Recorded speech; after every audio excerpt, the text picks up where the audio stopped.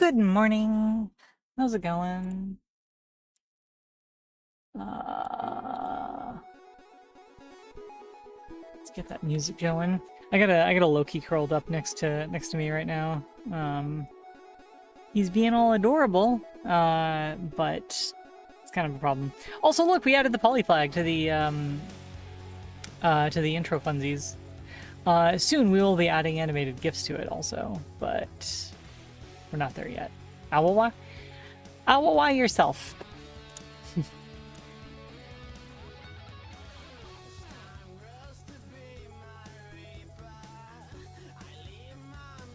Want to see something wild? I'm actually like logged into my my post-market OS phone by SSH, and I can just run programs. Oops. On my phone. There we go. I can see all the processes running on my phone.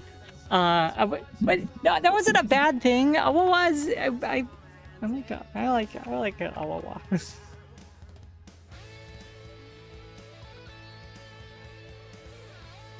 What if Awawa in our voice? Awawa.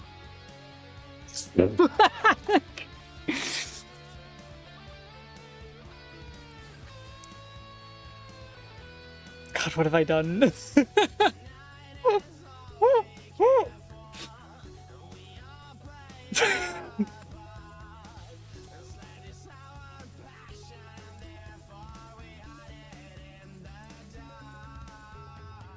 think I've made at least like 3 people suddenly thirsty for robots. And so my torch is always carrying past from hand to hand. Yeah, okay. Let's look at the gift stuff. Git status. Git commit -a -m. Let's look at the diff. I did some stuff off stream. Let's see, commit, awesome commit message. You open Pandora's box.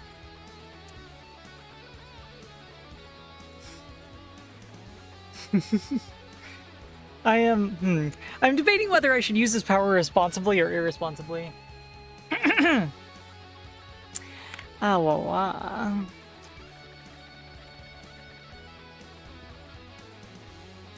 Irresponsibly? Okay, thanks. Thank you for giving me permission to do that. It's more fun that way. Yeah, that is true.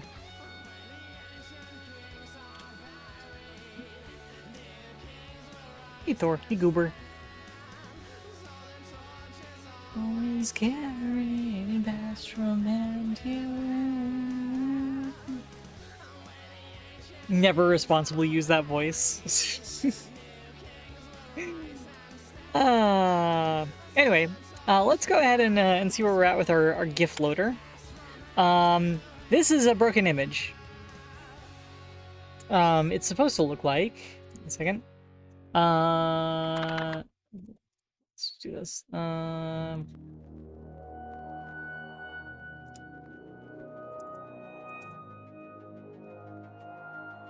It's supposed to look like this. Called Picard3.gif, but that is clearly Picard and Tasha Yar. Anyway, but right now it looks like this. Why is that? Interlacing. GIF has interlacing for like progressively loading images, I guess, on slow dial-up connections.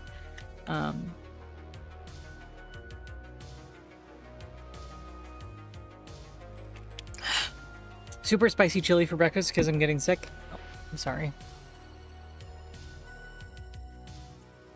But yeah, this is so what happens is you can look at the way the order the data is loaded in. It's not data, it's Picard and Tasha Yar, but you know what I mean. I can joke about robots, okay? All right. As a robot, I get to joke about robots. Anyway, you can see the order that stuff is loaded in. We get this like little tiny sliver of an image first, right? This doesn't take very long to load. So imagine you're on a dial-up, slow-ass dial-up connection, and it's loading like one scan line at a time, right? You get this like little top bit first, and let's actually take a screenshot of that. Let me go ahead and open up. Actually, no. Let's just have it output a PNG, a test PNG. We might already have. Let's see that PNG.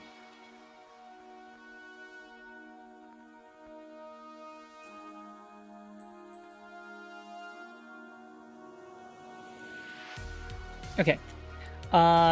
Let's open it up in Krita. Cast extremely slow internet. Anyway, there we go. There we go.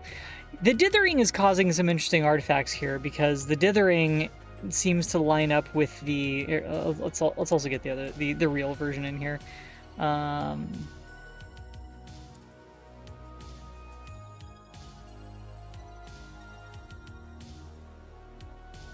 Oops. Oh, insert as new layer. There we go. Okay, so we got the original, and we got the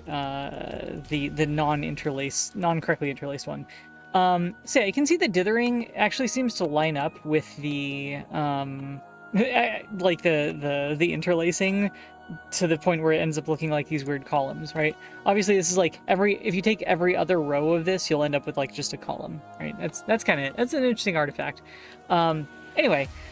So I want you to imagine you're on a slow-ass dial-up connection, and it's downloading this image like one row at a time. What you would get is you'd get this, right? Let's say we want to load.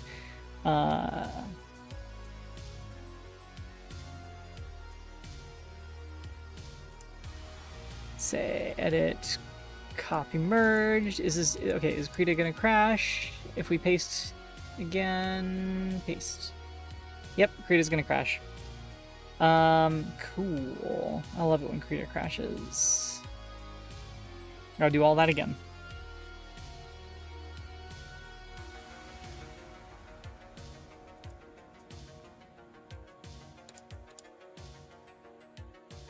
Let's do. Can we paste now? Yeah, okay, we can paste now. And then let's get the other one back in too.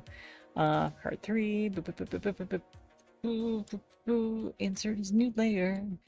Alright, we're gonna get rid of that, and we're gonna get rid of that, and we're gonna end up with just this. So this is how much you've loaded so far on your dial-up connection, right?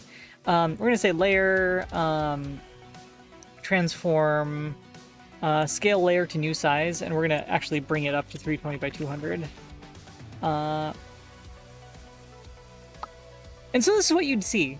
But you'd be able to tell what's in the image, right? We can tell this is an image of Picard and Tasha Yar.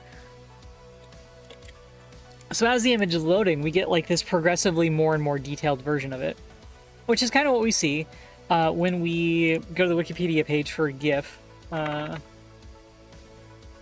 They actually have an animated GIF of a interlaced GIF loading here somewhere. Yeah, here we go. So this is what it would look like when it was... oh, come on. Yeah, this is what it would look like as it's loading over a really, really slow dial-up connection. Actually, this is going a little bit faster than it would be over dial-up. But yeah, this way you can kind of get a bunch of preview versions of all the images in your browser while the rest of the page is loading very slowly. And you could at least, you know, navigate the page or... you know, see if you actually like the content of the pornography that you were downloading before actually waiting for it to fully download.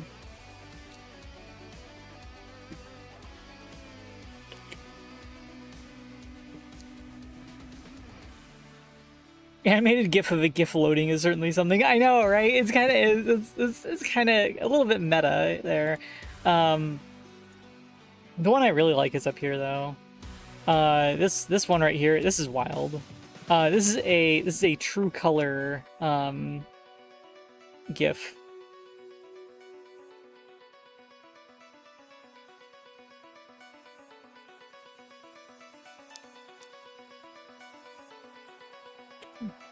And we've been talking about how to get that stuff out of a GIF. Basically, you have to use a bunch of local palettes, which is not something that we've implemented yet. So this would actually not load correctly. This is an animated GIF demonstrating that GIFs can have more than 256 colors, though, which is funny. I find this amusing. I like animated GIFs demonstrating aspects of GIFs.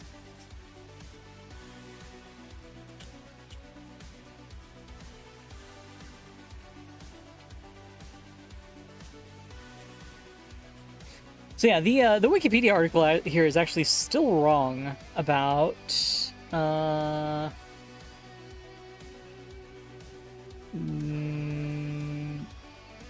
think this one was it. Lowest 3 bits represents the bit depth -1. That's not actually true. It's actually the next 3 bits after the first bit, but anyway. So yeah, let's go ahead and implement some interlacing. So, oh yeah, also it actually manages to make it through the entire Star Trek GIF directory without any issues. Now we haven't gotten to the point where we're loading any animated GIFs yet. That's going to be like a thing to do later. But if we start this up like this, yeah, we can see it cycling through all the GIFs in the directory. Some of them take a lot longer to load than others. But these are the GIFs, like they're all loading. This is the entire contents, including the truncated ones that, well, yeah, you can see some of you'll see a few of the interlaced ones getting incorrectly loaded, like that. And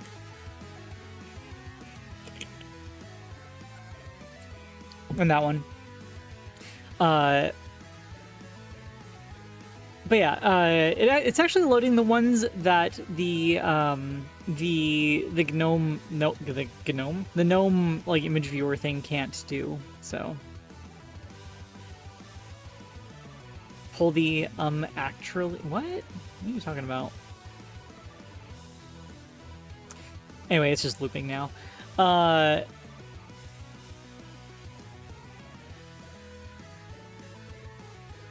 It is, like I said, it is interesting that some of them are taking a lot longer to load than others. But yeah, it is working. It's not crashing on any of them. And the only thing that's not working with any of these is the deinterlacing. However, we still have to implement local color tables. Here, let's get a to-do list going. To-do. Multiple image descriptors. Multiple sub-images. To do use local color tables.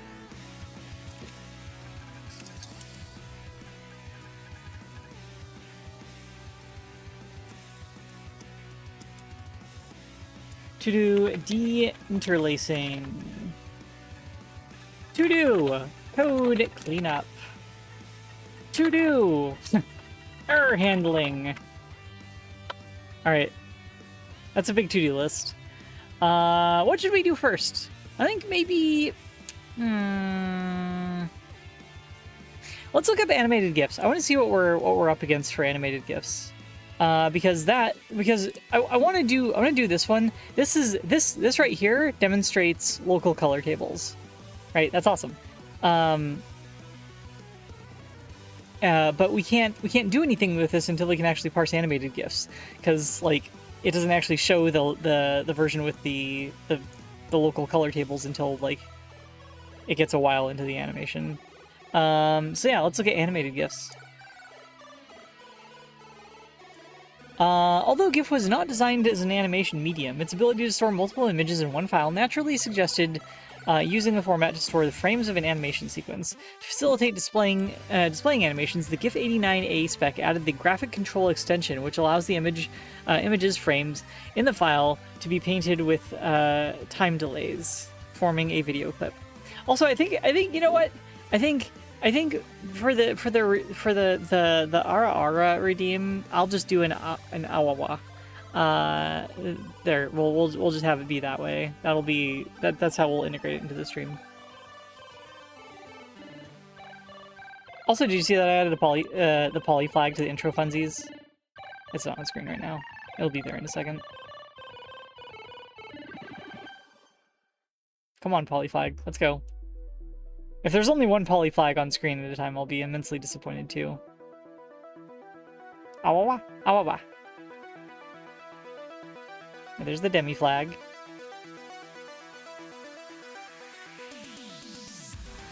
I wonder if there's something in the math that's actually making that not work out. Nope, gotta hydrate. Nope, there's the poly flag.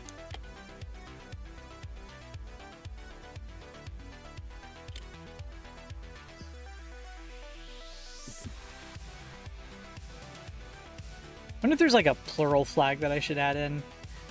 Yeah, yes, thank you for using animated GIFs there, because that actually prompts more flags to show up.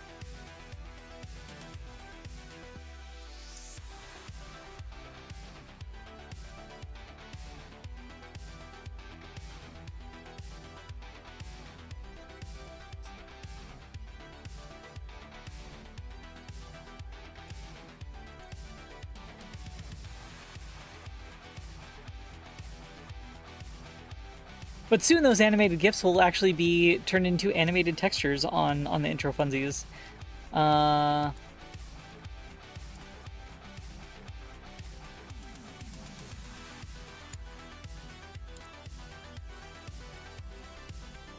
Ooh, that's not a very good looking flag.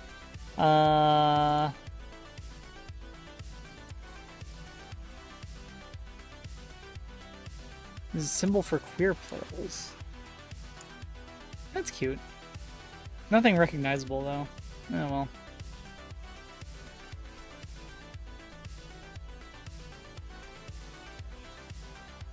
Let's see what this is.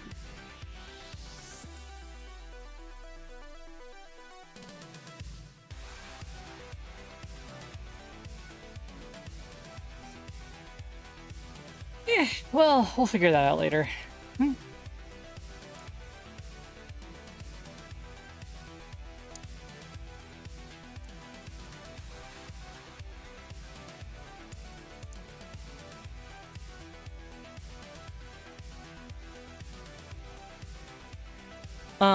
By default, an animation displays a sequence of frames only once, stopping when the last frame is displayed. To enable an animation to loop, Netscape in the 1990s...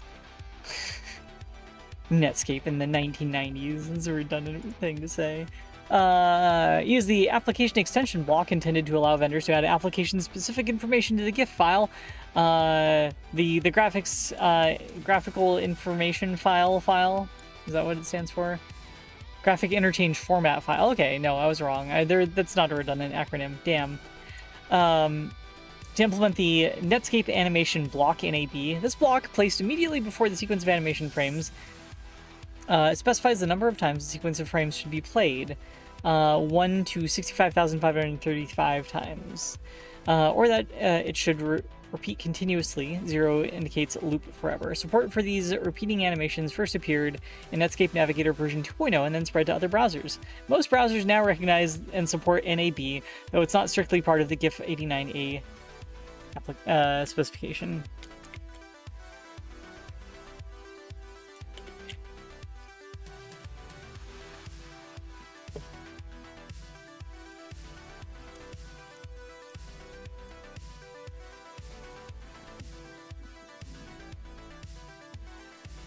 Pride flags review when? I don't know. If I diss on pride flags, that's gonna be mean. I don't want anyone to feel that I'm like disrespecting their identity because I think their pride flag is aesthetically, you know, displeasing or something. I will diss on my own pride flags though. Do you want to look at all the really ugly poly pride flags?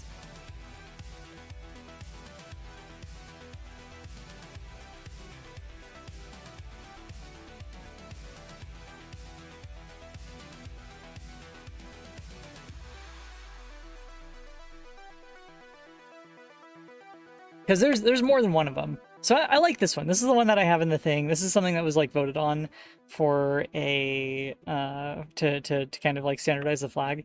But yeah, the yellow pie with the blue, red, and black is like Oh,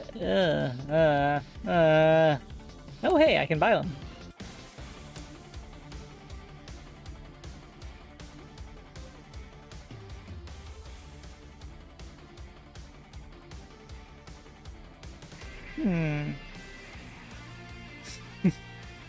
I might do that later. I don't like this one either. Like, these colors are awful. These colors are better, but oh, wait, that's polysexuality. That's different. Here we go. Selected history of polyamory pride flags. Yeah, so the one from 1995. I don't like the gold infinity heart. I still don't like the colors. This one right here, the magenta one. That's cool. It's a little bit too complex looking.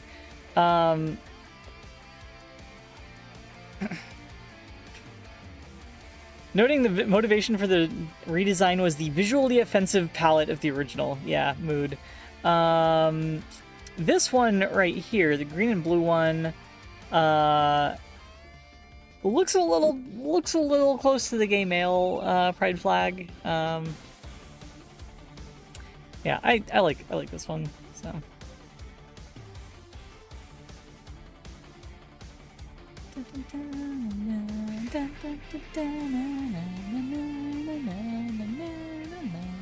I'm gonna have to get some of these flags.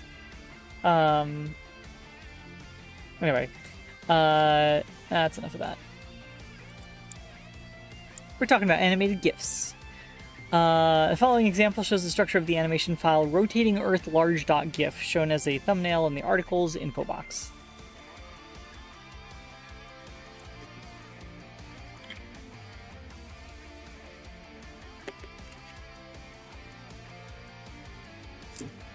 Actually, you know, like I've said before, or maybe Curious said before, I'm not sure.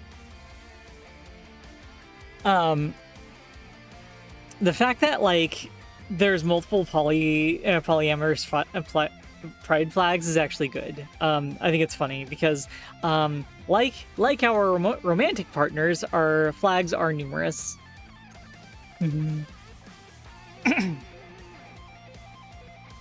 Also, I gotta say, like, I'm really glad that I have like the people here are cool. Just, I keep hearing stories about like a streamer coming out as like either trans or poly, and them getting like all kinds of hate and stuff. That's a nice line. Mind if I steal it? Oh yeah, go for it. Yeah, like I heard about a streamer who came out as poly. And she just got like all this hate and stuff, and it's like she's in a happy, consenting throuple, and she's just happy. They're all happy. Everyone's happy and consenting. It's a nice situation, and they're great. And people are still hating on them, and it's like why? How does that? Why? I don't understand. Like people's. For some people, like, the existence of poly people just kind of, like, breaks something in them, right? Sounds absolutely lovely. Yeah. I'm trying to remember the name. It was, like, another VTuber. I'll go look it up.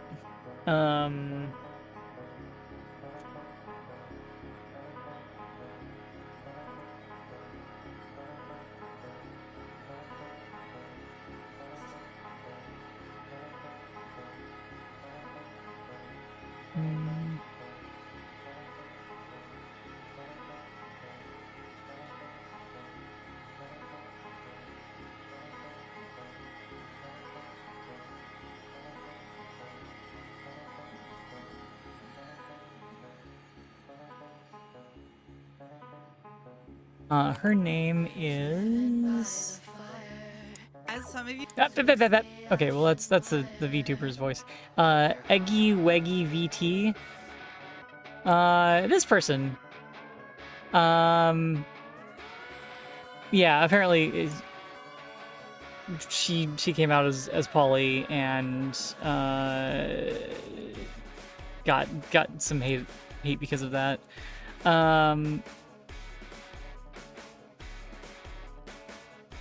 And it's like I just don't get it. I don't know. I don't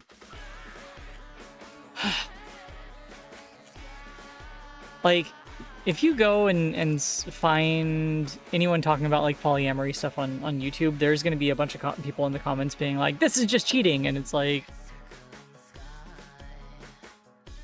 this is cheating with extra steps. It's like it's really not. They'll come out with like all kinds of things. Relationship anarchy. Nice. Being open with communication equals lying to your partner, apparently. Yeah.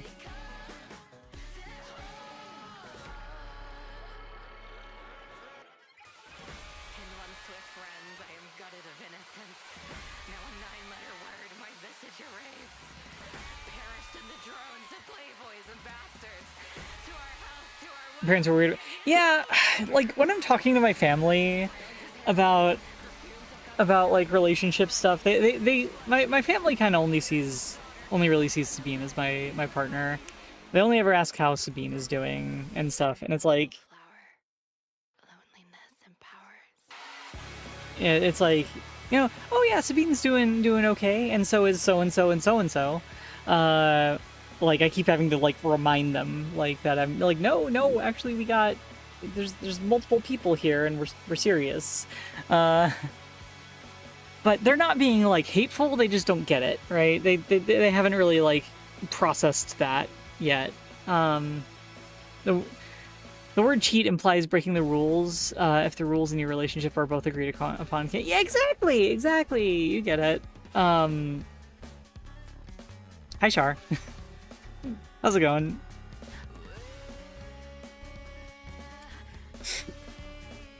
What were we doing?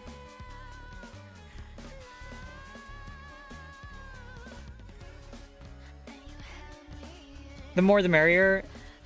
I mean, it's up to each. I think it's up to each individual polycule to determine. And each individual within those polycules, of course. Okay,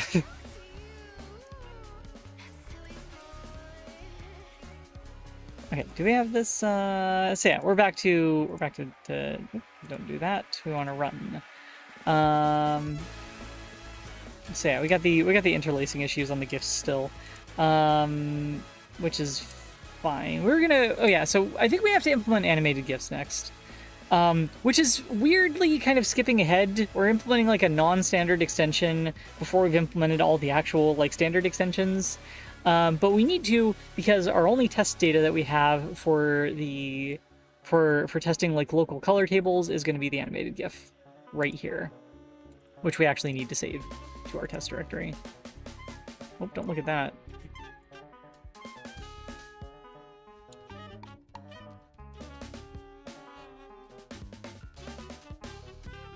Okay, good. Nothing bad.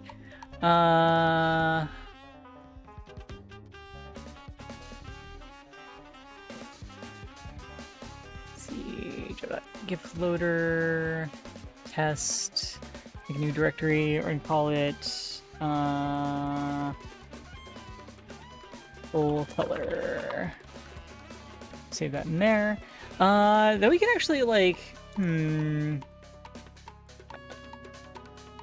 yeah, let's just actually go ahead and see what happens when we try to load that.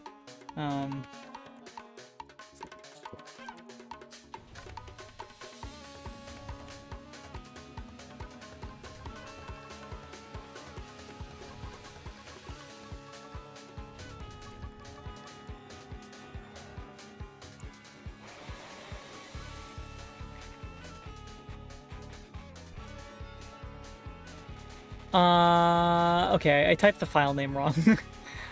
Full color, come on. File manager, small full color gif.gif. Cool.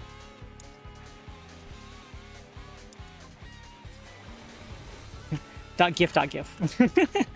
All right, let's see what happens. And we crashed.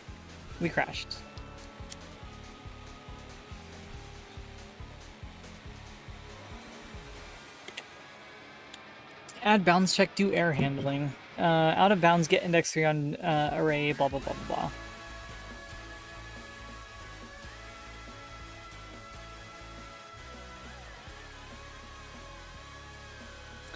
That's interesting. The current decoding table should definitely have...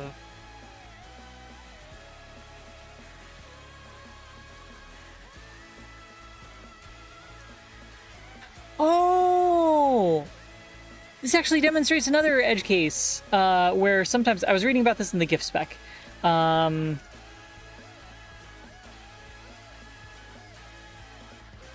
see, GIF standard, LZW, blah, blah, blah, blah, blah. Yeah, okay, so sometimes you can actually end up getting a point before it exists. One second.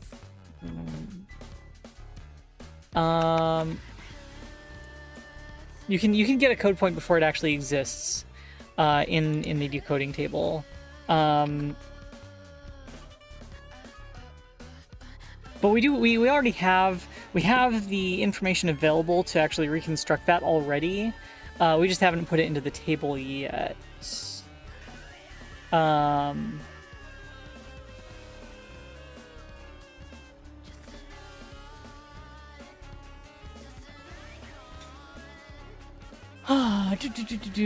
Okay.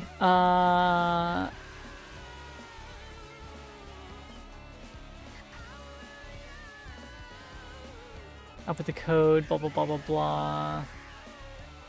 Decompressor is always one step behind the compressor. When the decompressor sees the code for P, blah, blah, blah, blah, it will not have added the code to the string table yet because it needed the beginning character of P, P to add to the string for the last code to form the code for blah, blah, blah, blah, blah. However, when a decompressor finds a code that it doesn't know yet, it will always be the very next one to be added to the string table, so it can guess what the string for the code should be, and in fact, it will always be correct. If I'm a decompressor, I see blah, blah, blah, blah, blah, blah. Okay, so basically, we... oh, wait, that's for the old code?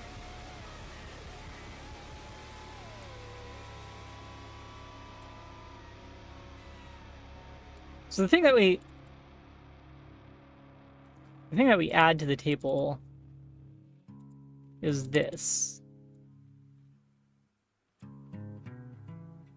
And we're trying to get, but we're trying to get this. So we have to figure out what this is going to be. This is actually like a critical thing to implement. So this is something that we need.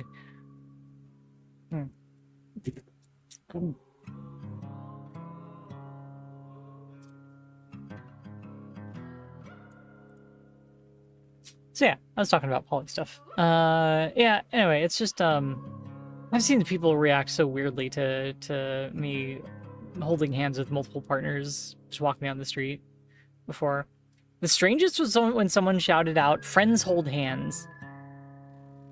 She was like, "Friends hold hands," just when she saw us, and it still rattles around in my brain today. And it's like, I don't know why. It's like having to just assert your version of reality, your like perception of the situation, because there's no way that we could all be actually romantic partners together, right? What does that even mean? I don't know. I don't know. Yeah, apparently some people have to cope loudly with the fact that they see a throuple walking down the street. Just being a throuple. It was so weird. It was why didn't she shout that out? Why? I don't know. It's still something that mystifies me to this day. I'll worry about that on public. I'm fully out as being poly online, but IRL I kind of keep quiet about it. I'm sorry. I guess I'm lucky to live in Santa Cruz, where there's a lot of good like queer and poly representation. I wonder if it's some kind of jealousy. I don't know.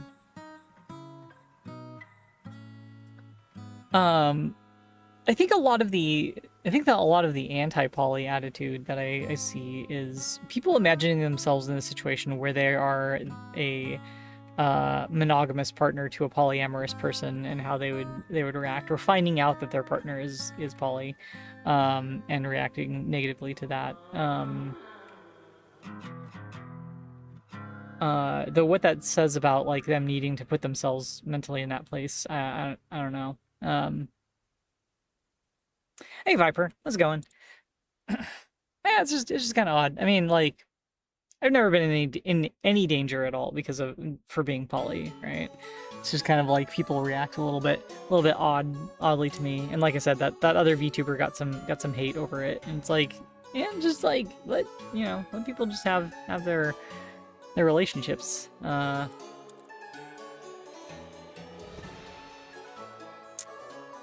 right, what was I doing again? So we can't get this yet, but we can reconstruct it from.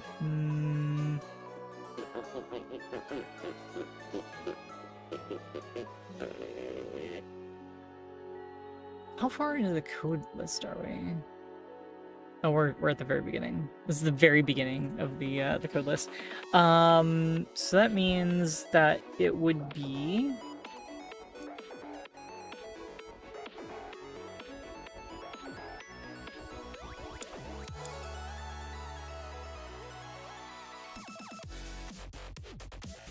Oh, actually, wait a minute. This is a fallback for a different thing.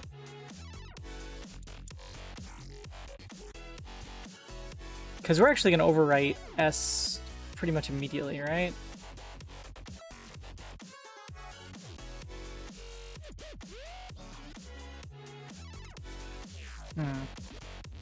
Oh no, we are going to add it to the decompression result. So if the very first thing that we get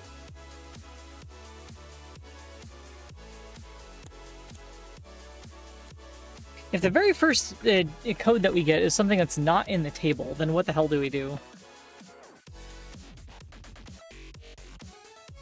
Actually, how did current decoding table end up as 3 zeros? Why is LZW minimum code size set to 0? 0? 0? Whoa, no, hold on, that's not right. LZW minimum code size cannot be set to 0. That's not right. Hang on a second. They actually have the breakdown for this GIF right here. We're gonna skip all the stuff that we don't understand. Application block. Number of bytes of LZW image data, subblock, blah, blah, blah, blah, blah. Minimum LZW code size for image data frame 1. But we're not getting an 8, we're getting a 0.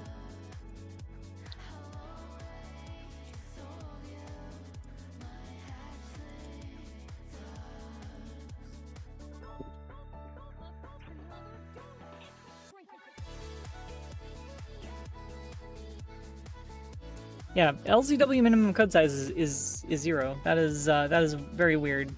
That doesn't seem right.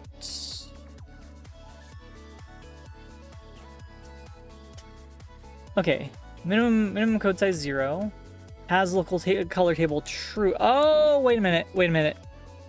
We're not properly skipping the local color table. Hey Star Ruby system, how's it going?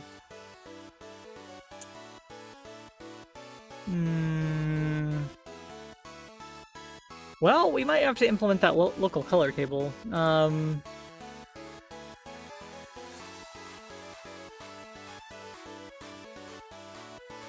Cat appeared? Yes, this is Bucky. Gaze upon his fluffiness. Hey, bud. Hey, kiddo. Oh, he's pawing at the window. That means he wants the window open. There you go, kiddo.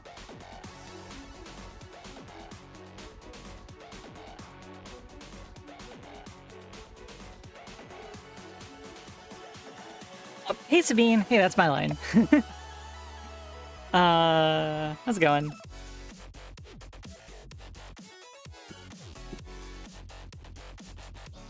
Live Bucky reaction? Yeah.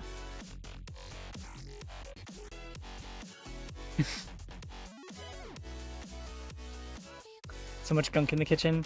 Oh god, no, I have to actually do the thing. Someone did the redeem. Max Sylvester has redeemed a... Oh, wow.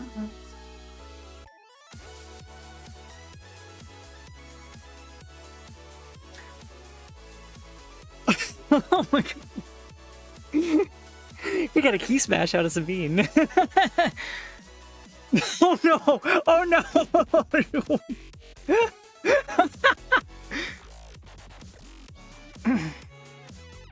You did that one a while ago? Oh no, we did! There's another one! I'm sorry, Jen, I missed it. Well, I gotta do another one. I'm sorry. You broke her? Alright. I'm sorry. I'm sorry, I have to do what the redeem says. Jen's redeem is just waiting there. Waiting there, like, unredeemed.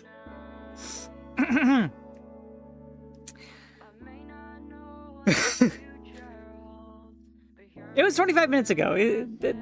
She didn't do it just to spite you. No way. Oh, wow.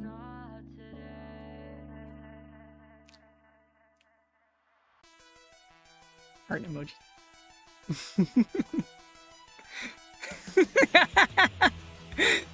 This is good. Oh, stuff on chat. Oh god. I think she might be serious.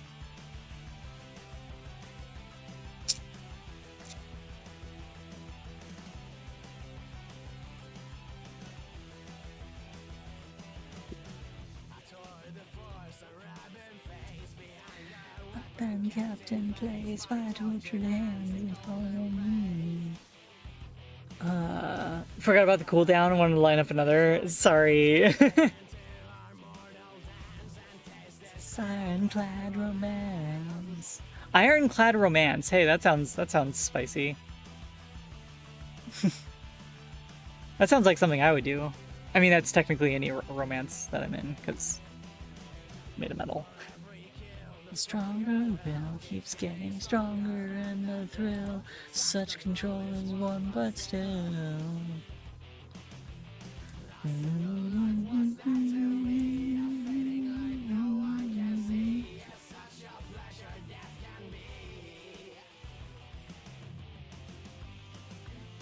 Okay, image separator, top position with height, blah blah blah blah, packed fields, local color table, flag. Local color table is present and to follow immediately after this image descriptor. Okay, local color table is, block contains a color table, which is a sequence, blah blah blah blah blah blah blah blah blah blah blah blah blah blah. If present, the local color table immediately follows the image descriptor and contains a number of bytes equal to blah blah blah blah blah blah blah. If present, this color table temporarily becomes the blah blah blah blah blah blah blah. Number of bytes equal to three times size of color table, local color table plus 1. Alright, where's the size of the local color table? That's the last 3 bits. Cool. There used to be a single voice that vanished in the crowd. Fade just like a distant sun when hidden by a cloud. Size of local color table. Int. Those blocks.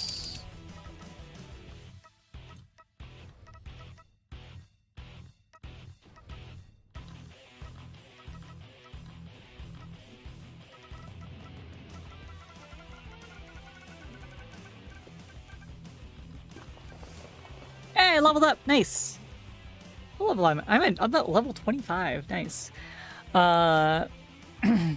Polyamorous is kind of like the yin to aromantic's yang. That's kind of funny.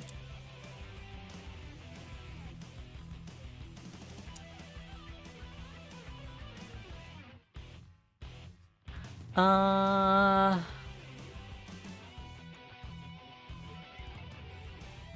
let's see what that local color table size is.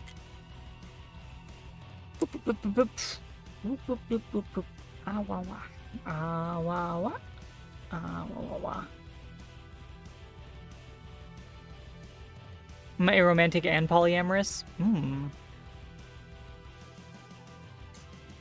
Interesting.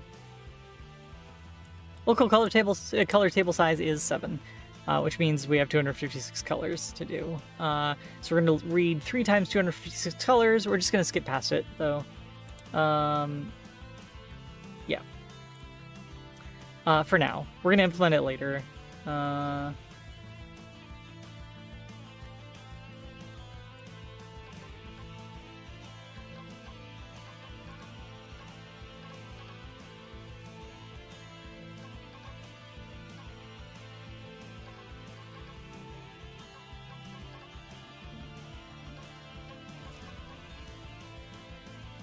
Skipped. Damn. Aromatic is a spectrum of many kinds of romance-lacking orientations.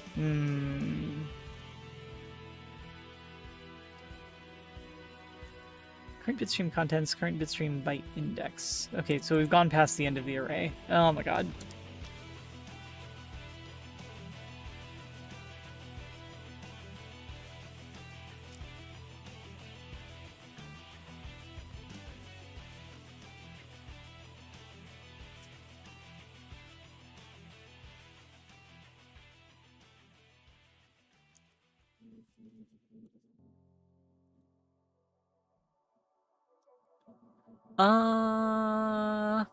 What did I say get bits when I meant to say get bytes? Wait, hold on.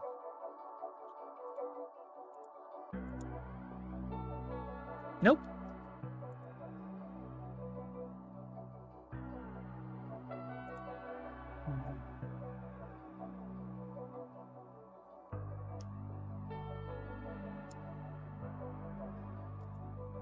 Specifically are what romantic, where you find the labels of romantic love/attraction to be unclear, unuseful, or just doesn't describe how you love others, but also can be summarized as what is romance? I don't know.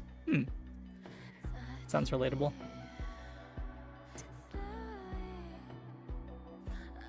Also, we find that most idea of romance tend to be tied up heavily in Western Christian cishet normie culture. Interesting.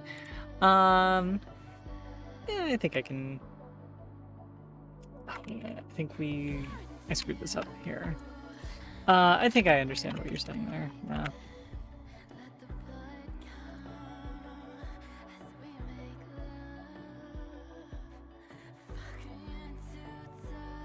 Hey, look at that! We loaded the image! Unsuccessfully because we are not doing anything with the local color table yet. That's fine. That's fine.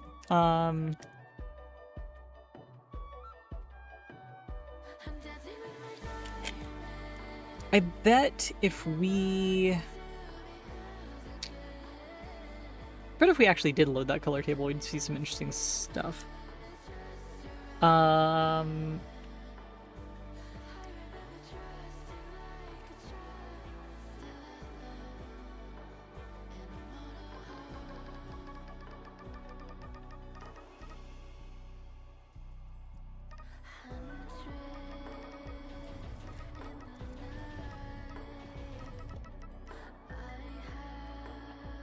I think we need to make a function to convert, because we have the global color table. Where's the global color table? GCT, damn.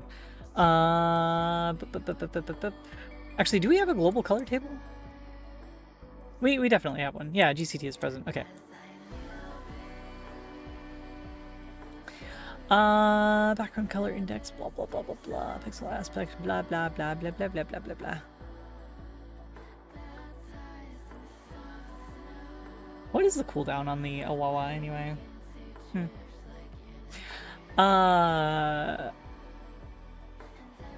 Let's see. Oh, the GCT if we have it. Okay, here we go. Here we go. Get bytes, blah blah blah blah blah. I guess we could just make it like let's take this and stuff it into a function. Func load palette. We'll give it a bits.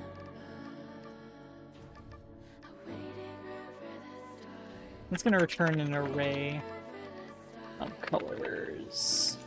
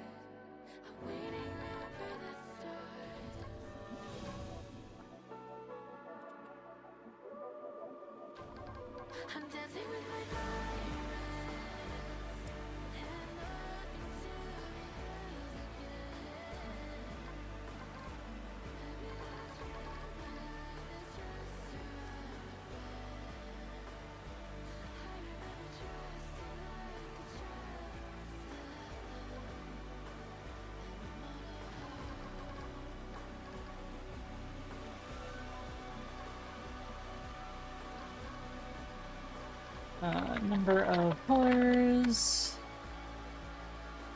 Why does Twitch say the Awawa cap has been reached for the... I don't know. It's probably because I set a limit on it. Alright, hang on a second.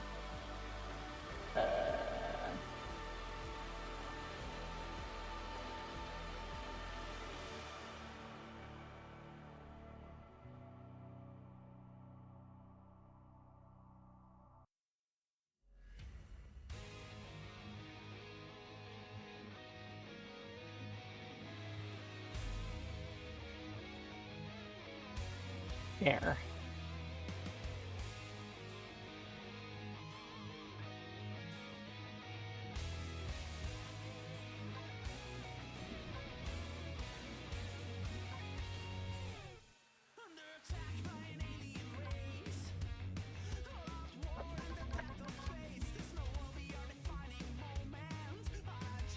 A non-renewable resource? I wouldn't say that. Oh, baby, no space, but just for two. It's all set, just me and you. Brace for escape from my city. Now it's time to go.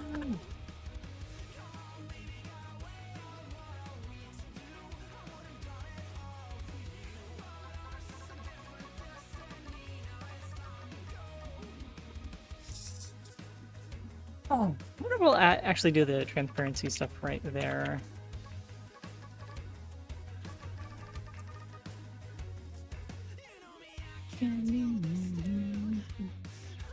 Okay, so that is load palette. That is going to be an internal function, so we'll give it a little underscore there. And then we're going to replace the local color table equals blah, blah, blah, blah, blah.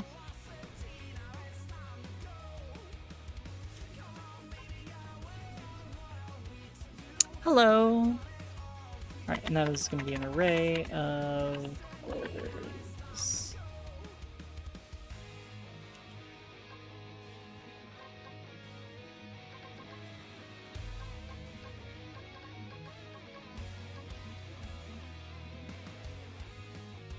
Okay. Color table. Color table.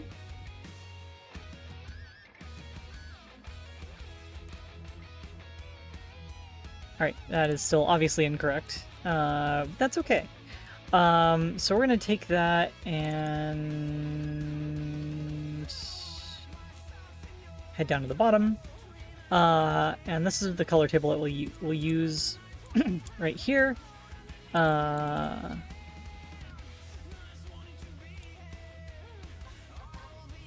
do our palette to use this palette.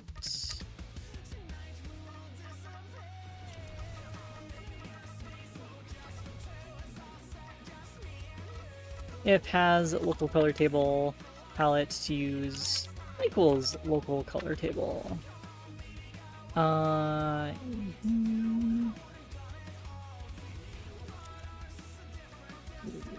we go.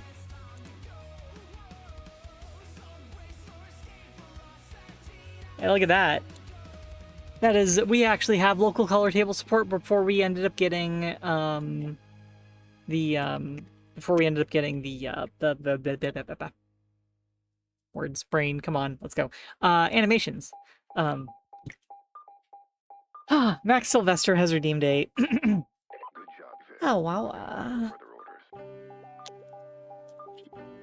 Dorks. It's time for your next adventure. I have no idea what I'm going to do tomorrow. How exciting.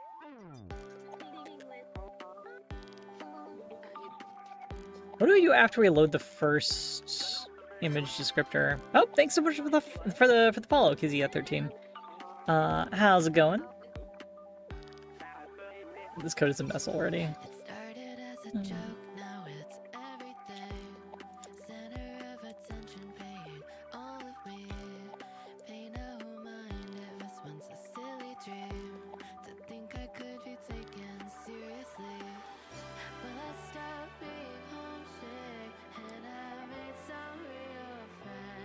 Extension block, image descriptor. Okay, so it actually will go through all the image descriptors, but...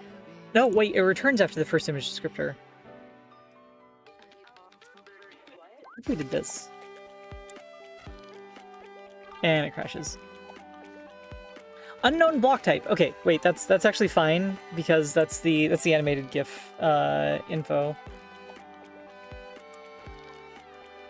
I think we can still skip that.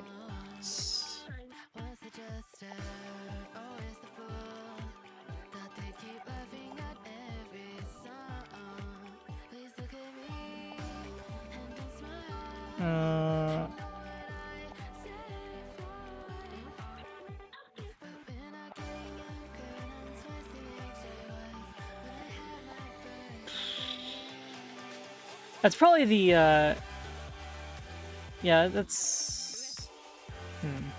Actually, what is the block type on that? Because we have the image descriptor and the extension block, and then... let's check the Wikipedia page again. Okay, we got an extension block. Sub-blocks, blah, blah, blah, blah, blah.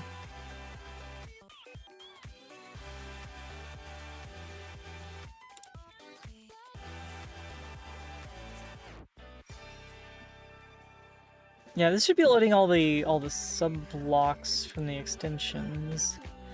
We got the application name, we got another extension block, we got an image descriptor, and then we have more extension blocks. Well, those should be fine.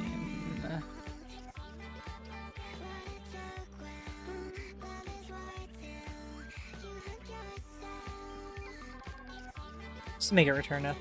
Oh, don't do that. Oh! Interesting. So this is one of the animation frames from later on in the thing. This is actually the last animation frame that shows up. So again, the image that we're loading right now is... where is it?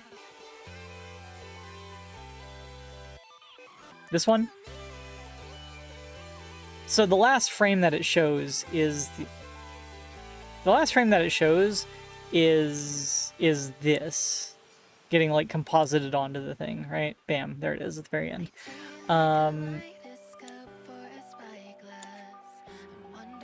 So that actually makes sense. That's good that we're seeing that. However, we are still getting, like, a weird thing at the end, where we're getting this, like, unknown block type.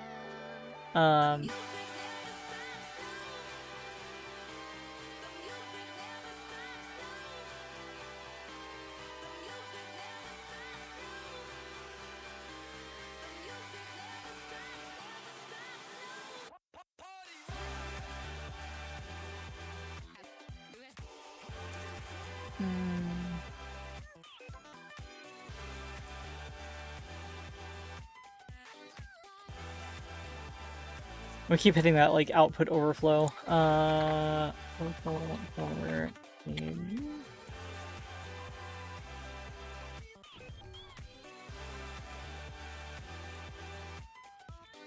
Unknown block type 59. All right, what is 59?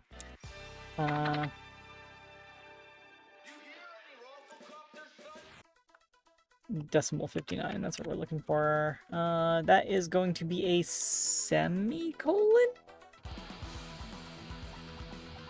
Oh, wait, that's the end of file indicator. We forgot to parse that because we were just bailing out after we got the complete image.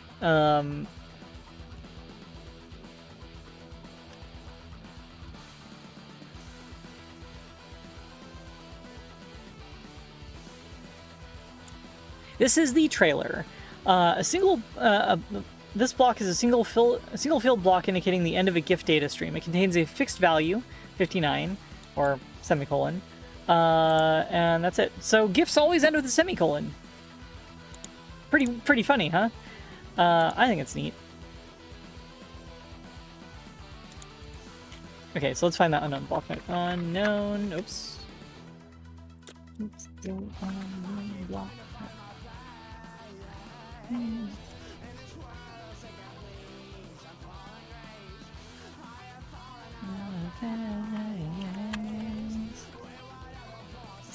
Evolutionary race, but I'm not stalling, I'm not scared. Oh, it's 3B. I'm not the one who's... You could say that gifts make a statement. Yeah, nice, good, excellent. I mean, there are probably semicolons in the bitstream and stuff too, but like, yep. GIFs definitely do make a statement, especially when they're memes.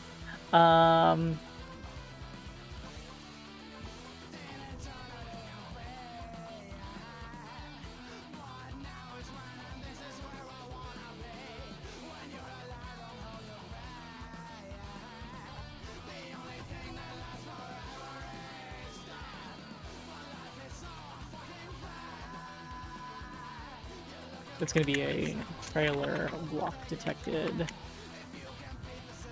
I'll just return.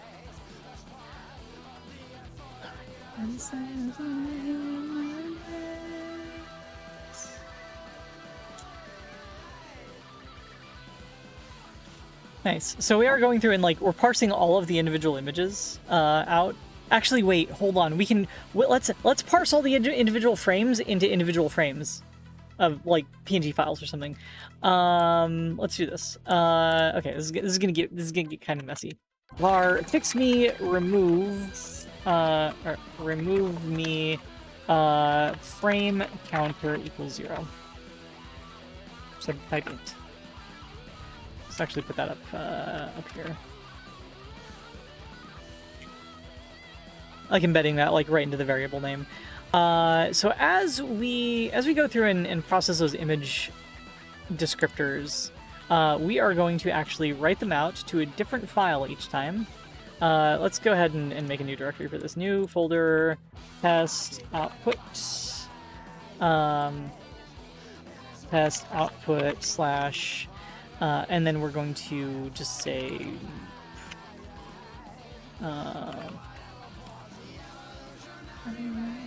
but I'm not stalling, I'm not scared. Actually, how does string formatting work in Jodot again? I forget. Formats. String? I just want to like format a number to have trailing zeros. Formats.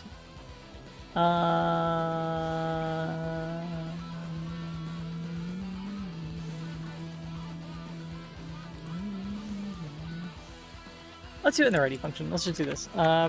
Print. I think it's like 16D cent 100. Sure. Not all arguments converted during string formatting in operator blah blah blah blah blah. Yeah, that works. Let's do an early return. And we get that didn't work. That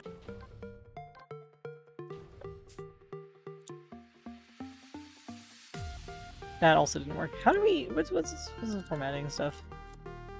Format. Placeholder. Let's see, values, placeholder.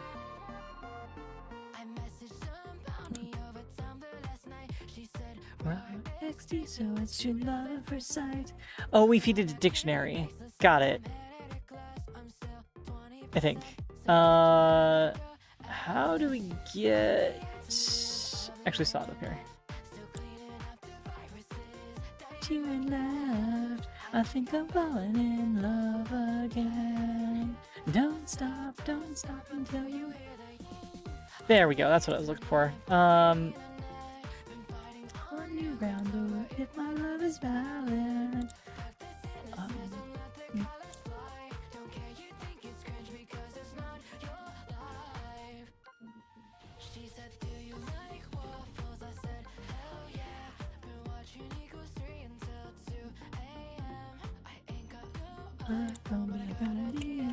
With a keychain, a pinky, or cupcakes are the best. Okay, that's not working the way I thought it would. We need to put a 0 there. 05D? There we go. There we go, that's what I was looking for. Cool. Alright, I've figured out string formatting in Jodot.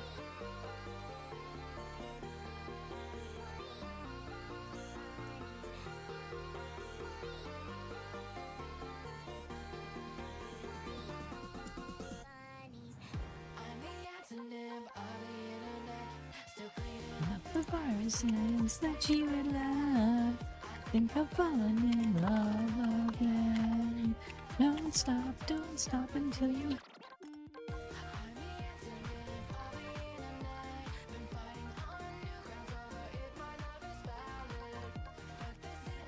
Alright, now if we run it, we should get all of the frames exported. Let's see. Let's see what we got.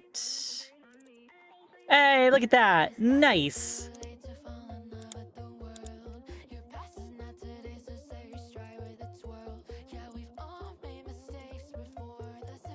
Hell yeah.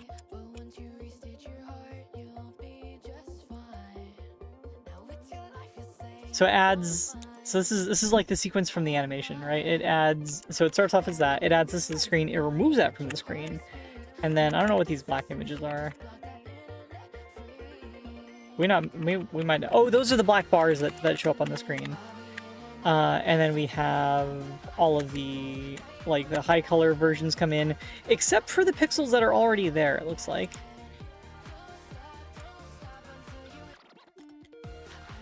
And what's this? Oh, that's the center one. Valid. What's this Jodot project? I am writing a GIF loader for Jodot, ignoring the fact that there's already a GD extension-based one out there. Yep. We've already made it through all the LZW decompression. We still have to work on interlacing.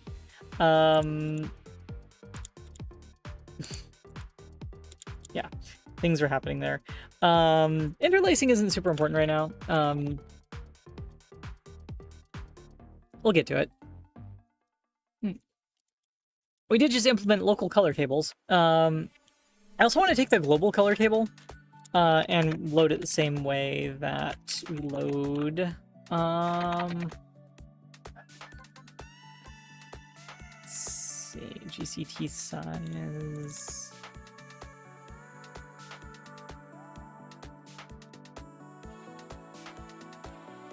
Look at GCT size from...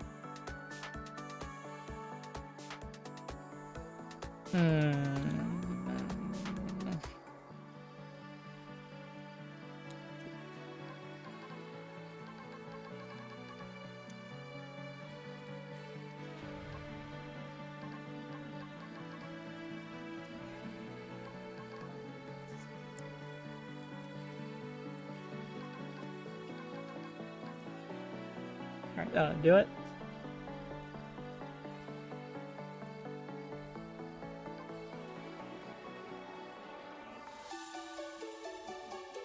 Okay, it still works here, but we knew that was going to happen. Let's go ahead and let's start at the big directory of Star Trek GIFs and see how it do.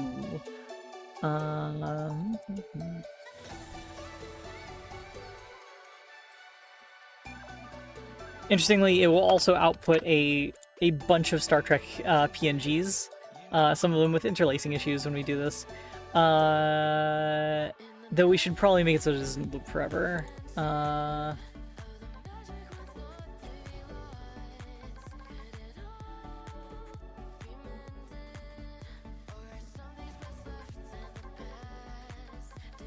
we just do exit 0? Let's find out. Nope, we can't. Exit not found in base self. We do OS. I don't actually know how to quit a program.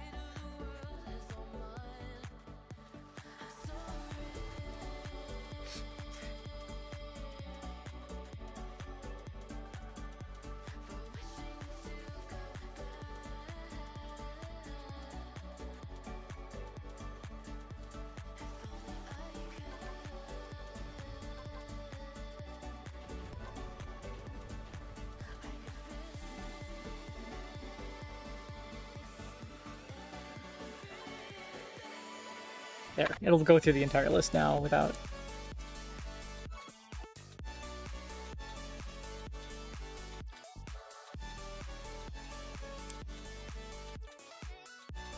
Oh, it's generating .import files in Joe.2 because we didn't give it a GD ignore. Oh, that's weird. Okay. Touch dot GD ignore.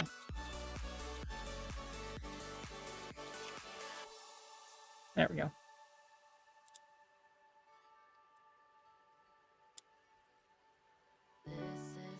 What's a GD extension? A GD extension relies on like native code and has to be like compiled and stuff. This is written in GD script.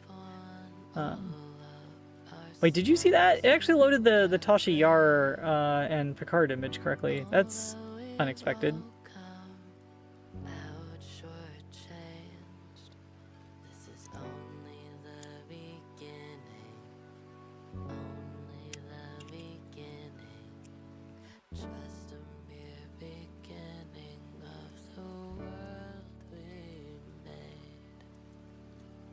Yeah, so some of the interlaced images are still failing like that, obviously. Oh, that's an interesting failure. Yeah, there are a lot of interlaced images here. Neat. Good testing data. I already know GD extensions. One more time.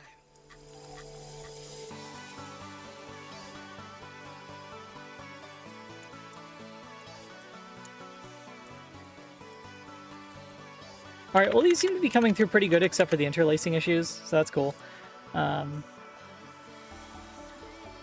So yeah, my moving all the global color table stuff off into its own oh no, stop. Off into its own thing was actually good. Though it's interesting that this is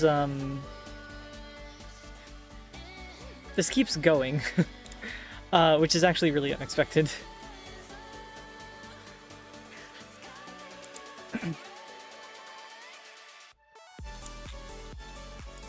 Because once file list index hits like the length of the file list, then it should stop, right?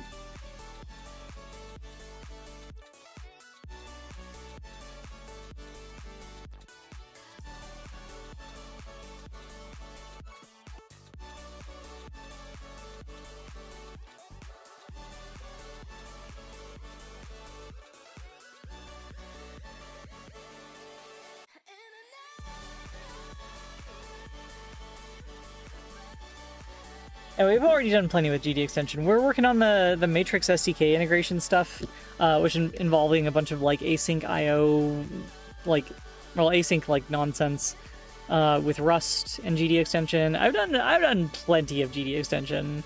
I'm fine there. The point of this was to make a thing that didn't rely on native code at all, instead of relying on GD extension.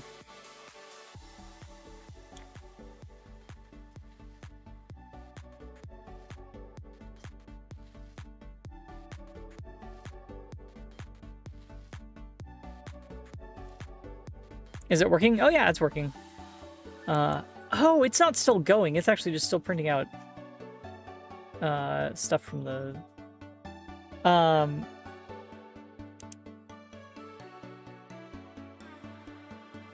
Alicat, how's it going? But yeah, it's working. So we're working towards loading animated GIFs now. I need to stop that. There we go. That is too much debug data. That is too much. That is too much. And continually clear this list. Animations. Yeah. We have an animated GIF in the test data. It's actually the same GIF that has the true color GIF stuff. So.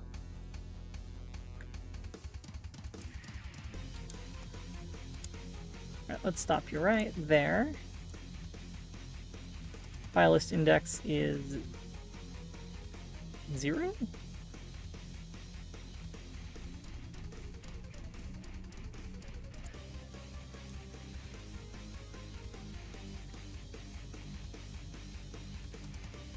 Print value 85. Oh, okay. How is it looping?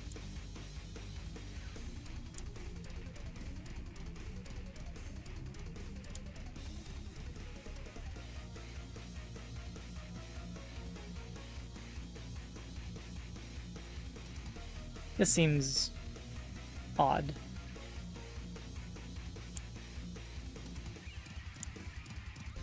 Like once it gets through all those GIFs, it should be done.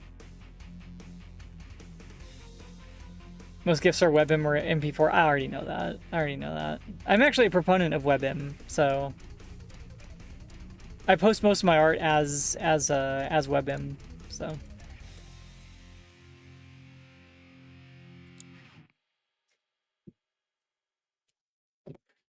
people really, or wait, no, I post most of my art as WebP, don't I? WebM is different. WebM is like, it's similar idea, but like in a different container, I think. Sure, yeah. Twitch animated emotes are all GIFs. Yes, that is correct. WebP.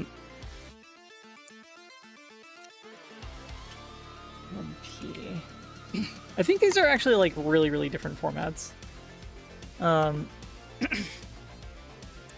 There's like something fundamentally different between them.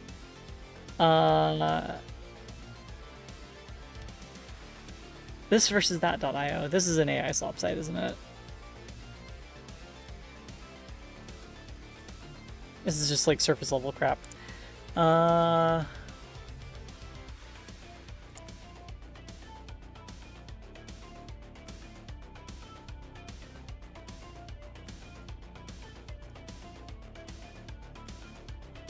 Well, the thing is that you can store. I think you can store like you can have animated WebPs. So what's the difference between an animated WebP and a WebM?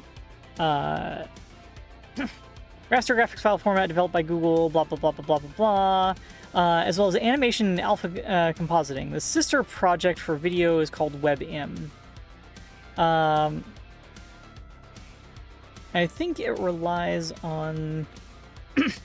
Okay, so yeah, WebM is actually a subset of MKV. MKV, that's a fun format. That's a fun format. I've written my own MKV decoder, and it's a lot. Not like doing the codecs, just doing the container format for it. That's a lot. It's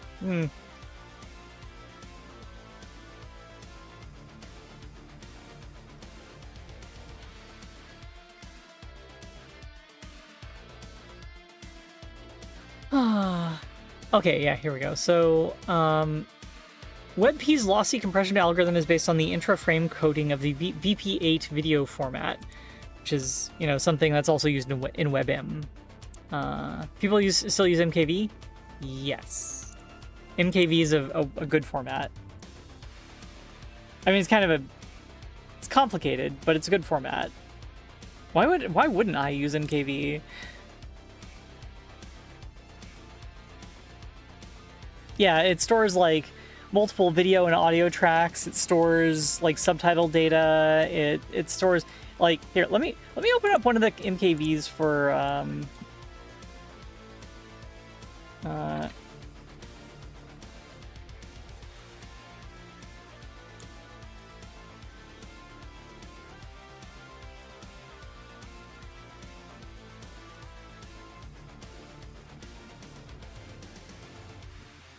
get the VOD from yesterday.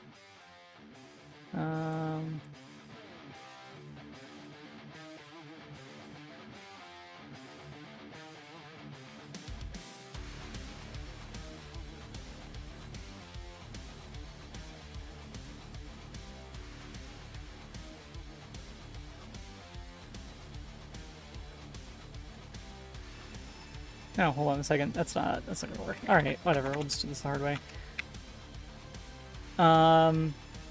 So this is the MKV info for the VOD from yesterday. Notice that I have like, I have like 6 audio tracks in this.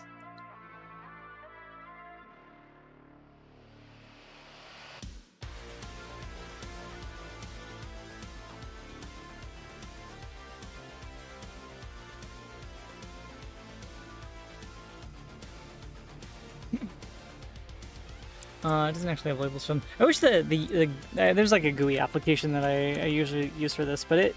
Oh, okay, now it's working. Weird. Let's see.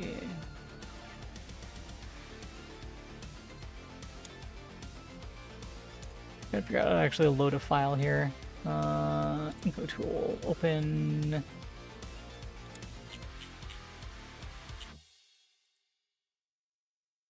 Wait, that's not yesterday's VOD.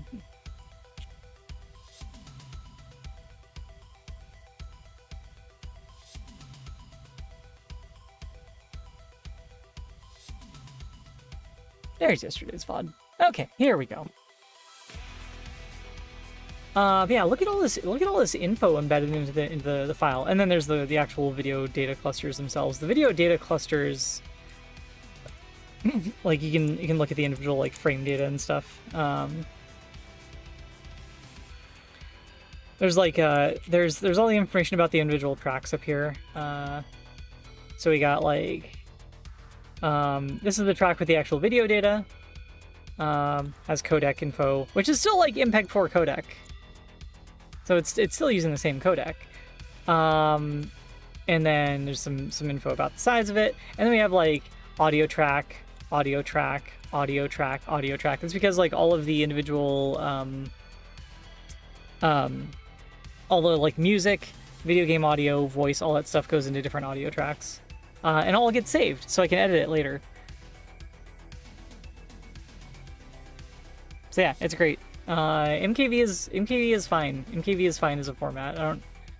I would be. Also, because people are still making WebMs, they're still using MKVs because WebMs are just MKVs.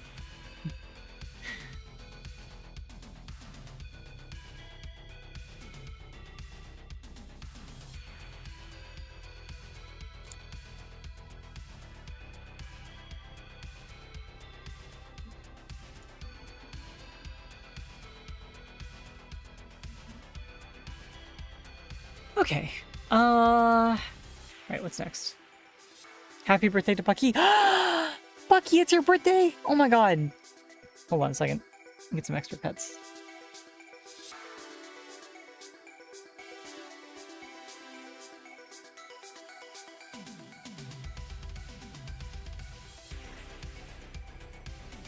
Something about the frames. How about the fact that it stores like it stores arbitrary number of like audio and video tracks?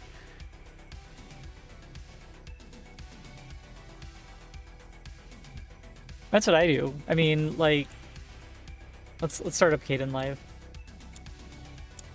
Will I be screwed if I do this? I have to do this because Blender's oh. New project. Stop doing that.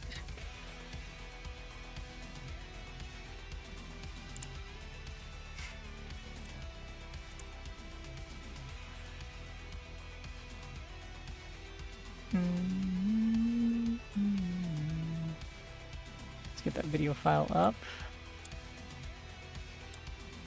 There we go. So here's the VOD from yesterday. 6 audio streams in this file. If I drop it into here, you'll see what that actually looks like. And then as we like progress through the timeline, you'll be able to see. Oh wait, hold on. Zoom way the frick out. That is. We're missing an audio stream. Oh no, it's still rendering out the audio. Okay, that's fine. We should just cut everything, like right here, and then delete it all. Boop. Nope, it's still going to try to render out that audio. All right. Well, we can actually see the waveforms here. The thing is, like, one of these. Okay, now it's doing the next one. One of these is. Oh no, don't do that. One of these is like the main audio. One of these is combined audio. One of these is just voice. Still chunking through it.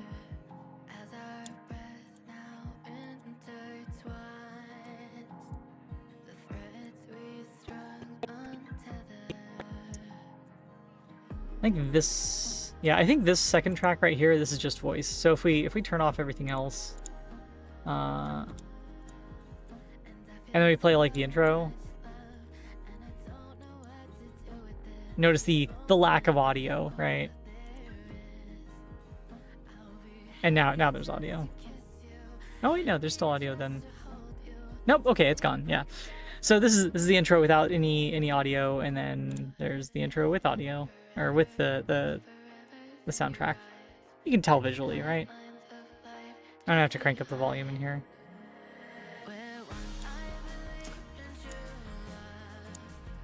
And what have we got here? Oh, are you gonna crash? Are you gonna crash on me? What you doing, Caden Live? What you doing?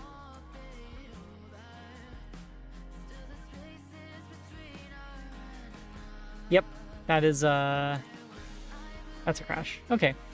Oh well. So yeah, we got the actually use the local color table. That's kind of done. Sort of done. Multiple sub images. We do need to actually place those on the image correctly. Yeah.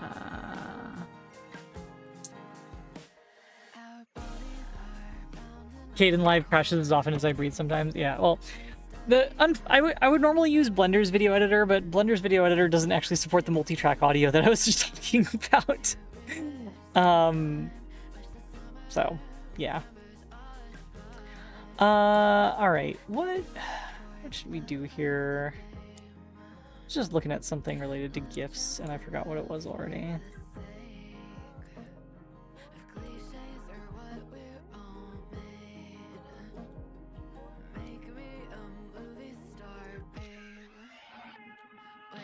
Right now, the parsing is very kind of like ad hoc, and there's not really like, we're just load this value, and then this value, and then this value, and then we loop and load these values and stuff. And it's like, this stuff is actually defined as structures in the spec here, you know, like this stuff. Wait, what is this? Plain text extension. Contains textual data and parameters necessary to render that data as a what?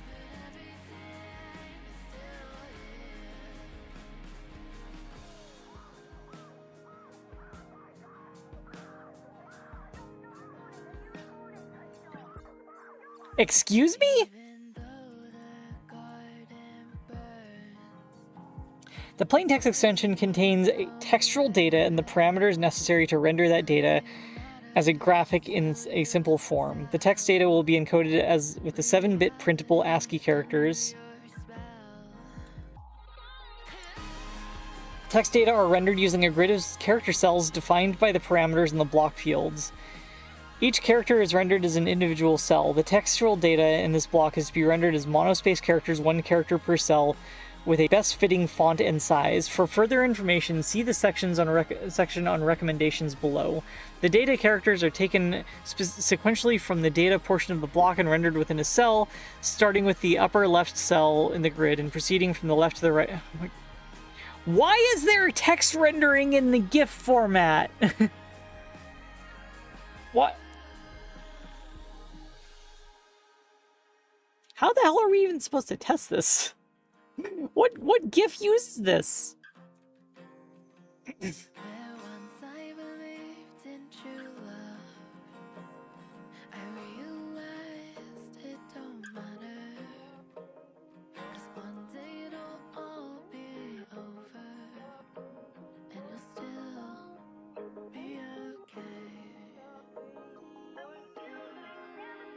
Yeah, a GIF can have embedded ASCII that you're expected to render as text when you're loading it. What the hell?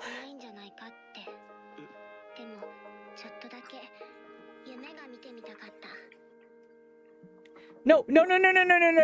It's not for text in a terminal. This is where you store your alt text or your text representation of an image. This is for rendering text into the loaded image.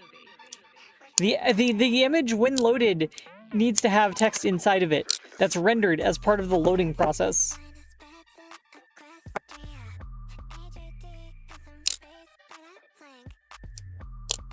If it's in the spec but nobody ever used it, is it really in the spec? Socrates, probably. I need to find an example of something that actually uses this horrible, twisted monstrosity of a feature.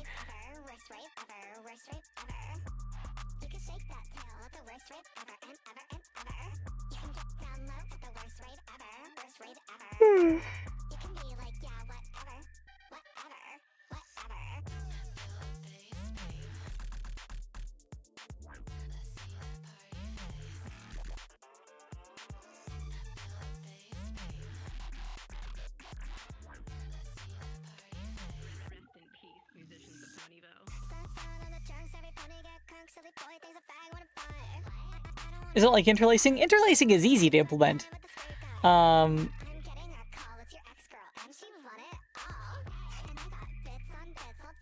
So there's also no built-in like font stuff. So, right? I don't see any like actual font data built in. I see size and position of the text grid, where in the image it'll go, character cell width and height, and then some color indices, and there's nothing here that says, yeah, where did the fonts come from?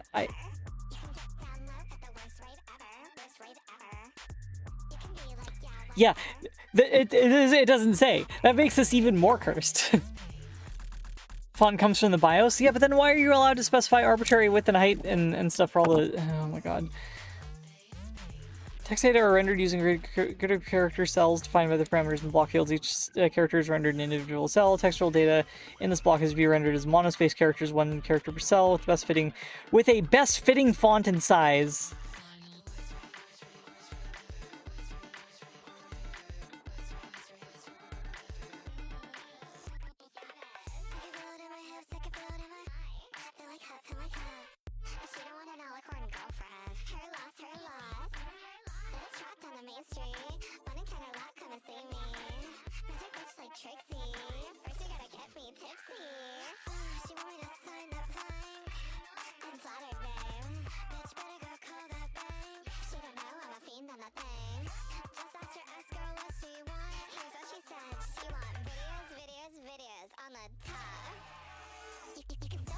Selection of font and size is left to the discretion of the decoder. Okay, I choose no font. I choose to render that as no font whatsoever. I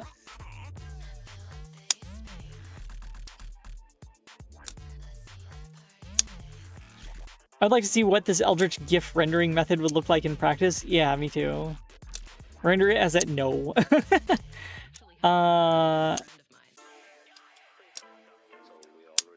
LLM integration, I will fight you.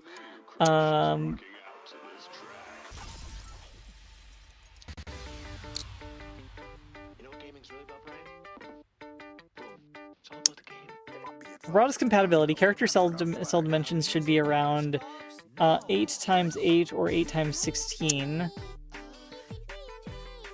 with width times height. Consider an image for unusual size text.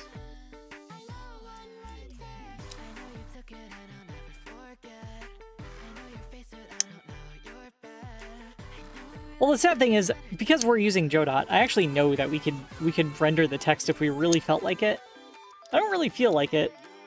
And I don't know where the hell I'm going to find any kind of GIF that actually implements this. Where would, how would I even, like, what program would I even use to,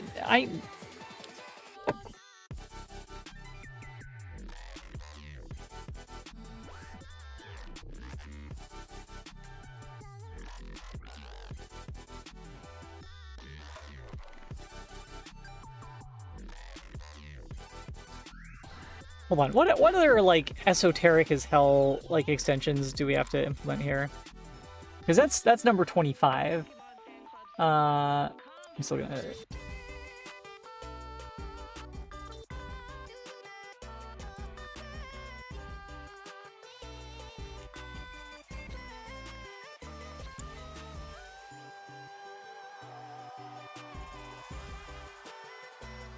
That is a Russian site. I don't think I want to open that up.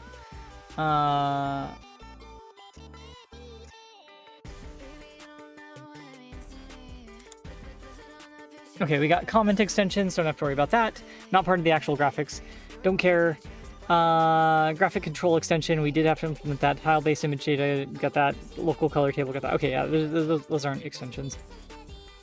We just have the plain text extension, and the application extension is also something that we don't really worry about, except for how we're going to load some of that data for animation, and then the trailer. Okay, so the only thing that's having me do a WTF is, are we about to find some ancient hidden GIF vulnerability from totally untested piece of code?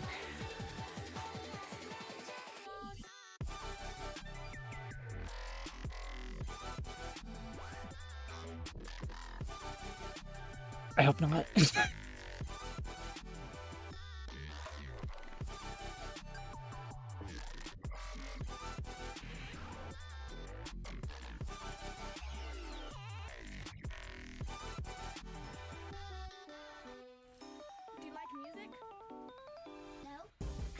Okay, certainly someone has a GIF that oh, that's not okay. GIF plain text extension.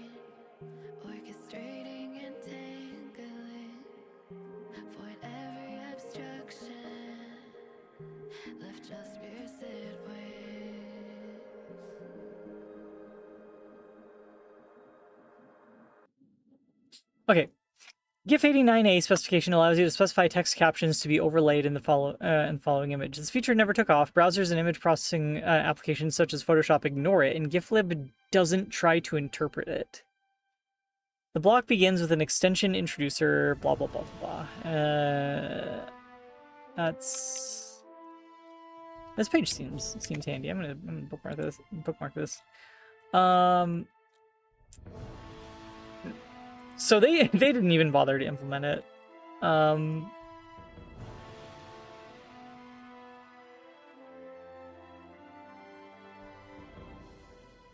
Sounds like a free pass to ignore it. But wait, hold on. No, wait, hold on. Now I want to go and start digging around like old CDs and stuff to see if anything has like an example of it. Wait, hold on. I could be the only standards compliant GIF decoder. And it's written in GD script.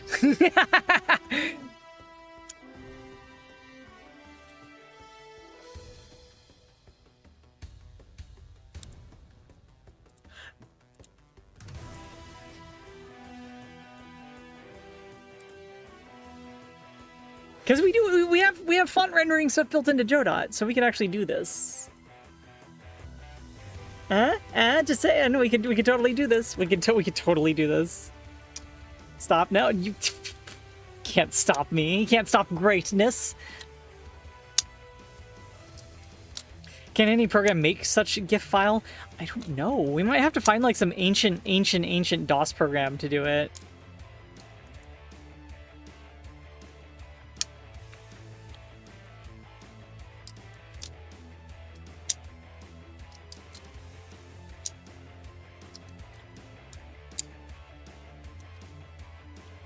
I'm fidgeting with a knife again, I'm sorry.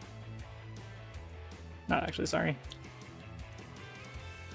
Unearthing ancient coding techniques never meant to be used. I just found some like incredibly esoteric aspect of the GIF format, that the graphic interchange format. I know what I said. That I think is hilarious.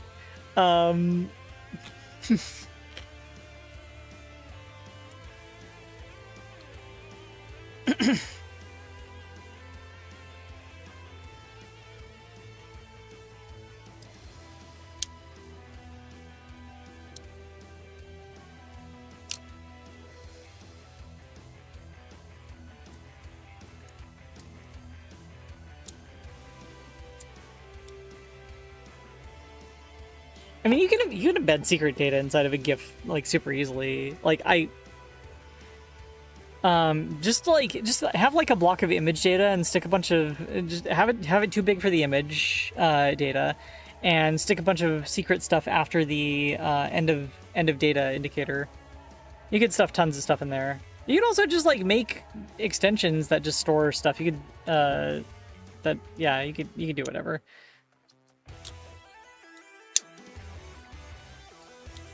If you want to be like tricky stenography stuff, I don't know. You could also, I guess you could embed secret information in an image by having, imagine having like a bunch of colors that are the same in the palette, and then putting secret information in the pixels of those color by using different palette indices for them. Even though it's still, they look all the same, they're actually using different palette indices. Okay, what is it? There's also this user input flag. When the flag is set indicating that the user input is expected, the decoder may sound the bell as the PC speaker to alert the user that input is being expected. In the absence of a specified delay time, the decoder should wait for user input indefinitely. It is recommended that the encoder not set the user input flag without a delay time specified.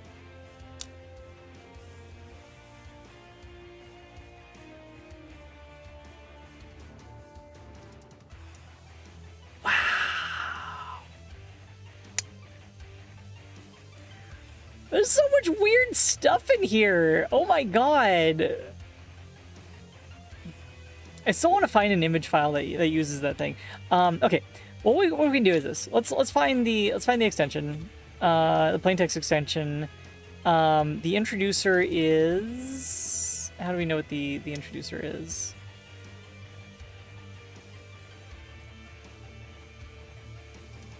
It doesn't even tell us what the introducer is. Oh wait, here we go. Field contains the fixed value, exclamation point, or hex 21.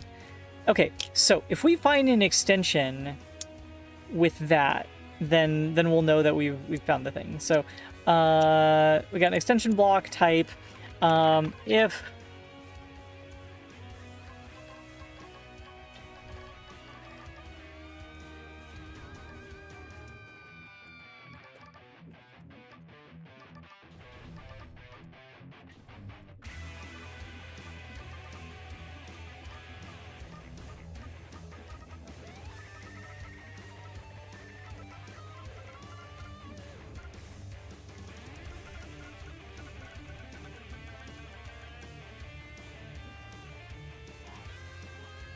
okay. I didn't actually check any of this stuff. Print with a T. Okay. I'm gonna turn off the GIF, or sorry, the PNG saving again.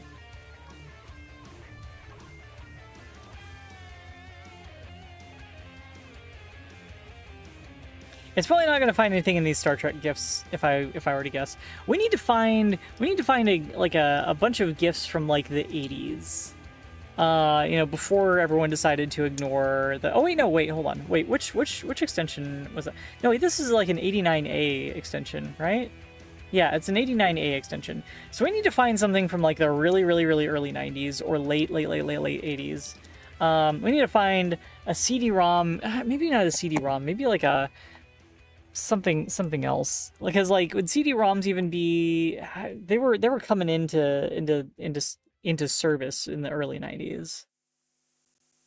I need to find a CD-ROM that has we need to okay, hold on a second. I'm gonna load up the GIFs from that one ISO that I downloaded, and we'll see if anything on there.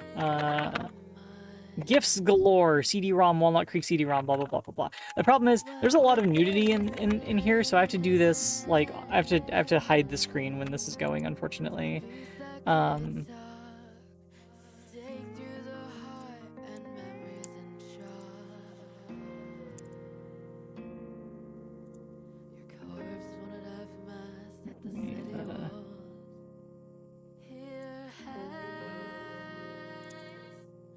I'm gonna load the entire archive onto this. It's 566 megabytes of GIFs. This will take a while, and it's probably going to crash at some point during this for unrelated reasons. But I have to. I'm gonna turn off my screen capture. So only I will be able to perceive the onslaught. Secret Star Trek folder. Yeah, no, that's what we've been using Star Trek GIFs to test so far. Good old CD-ROMs, yeah, seriously. Yeah, so we're actually starting off with Star Trek GIFs. So. Why do we need old GIFs? We need to find a GIF anywhere, any GIF that uses the plain text extension. Here, I'm just gonna move this over to my other monitor and then turn the full screen capture back on. We're still going through the Star Trek GIFs again.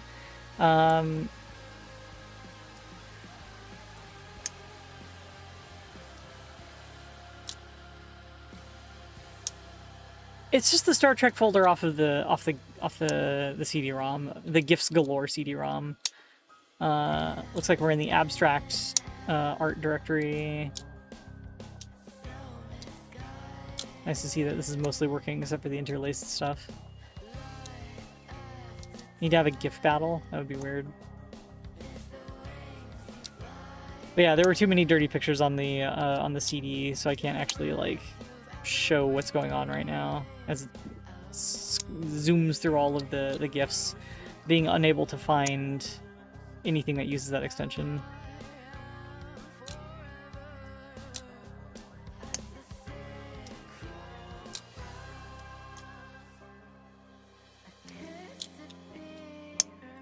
Also, these aren't animated GIFs we're talking about. We're just talking about GIFs.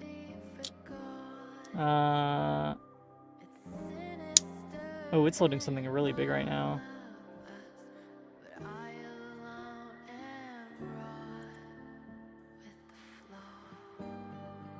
Oh! Jeez! What the heck is it? What the heck is it loading?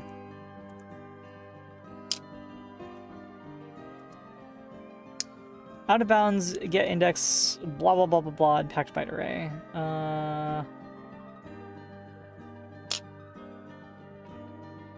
Bitstream contents.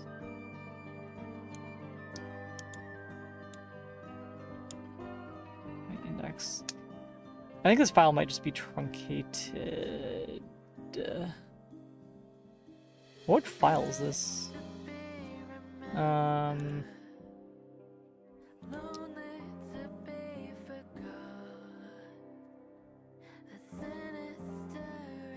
GIFs abstract museum.gif. Let's find that.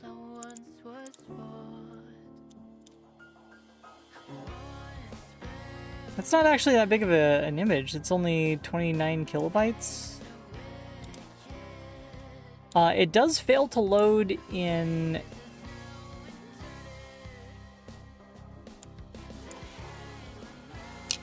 Unexpected in a file. Yeah, it's this one's truncated.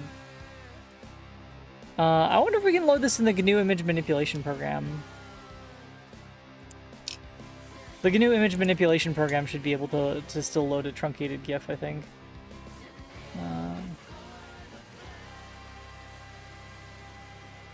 But again, I'm gonna have to do that off on the other monitor. Okay, here we go. Here is museum.gif.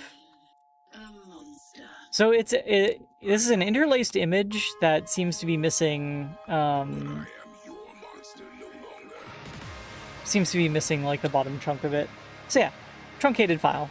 Not actually a problem with the loader, but we can make it so this actually handles truncated files at least.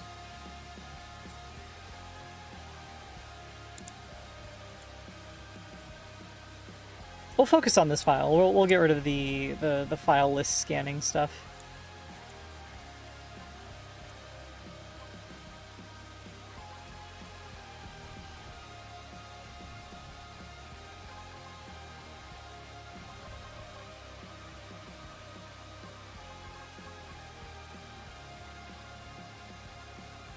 let's try that again.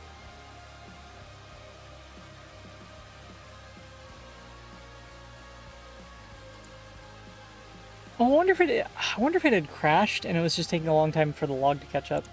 Okay. Current bitstream byte. Blah blah blah blah blah blah blah blah. So if we hit this, we actually need to return. How many times is this actually used? Should only be the one or two times, right? Yeah, it's only used right there. Not used there.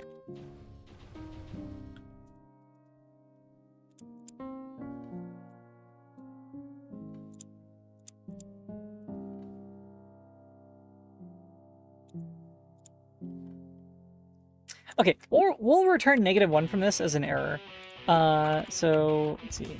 If current bitstream byte index is greater than or equal to length of current bitstream contents, then we're going to return -1.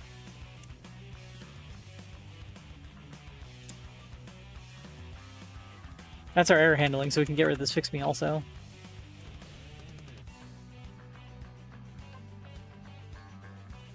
Alright, let's head back to the actual call site there, get bits, blah blah blah blah blah. So yeah, if this is -1, if next code equals -1, return.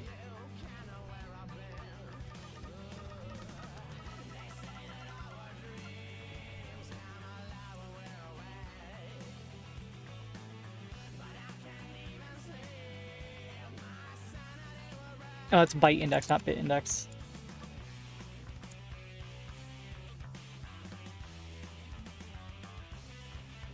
Okay, and there we go. It fails to load, but it doesn't crash. So, I guess we could make it load up to what it actually has still. So instead of returning at -1, we instead of returning here, we would simply break out of this loop.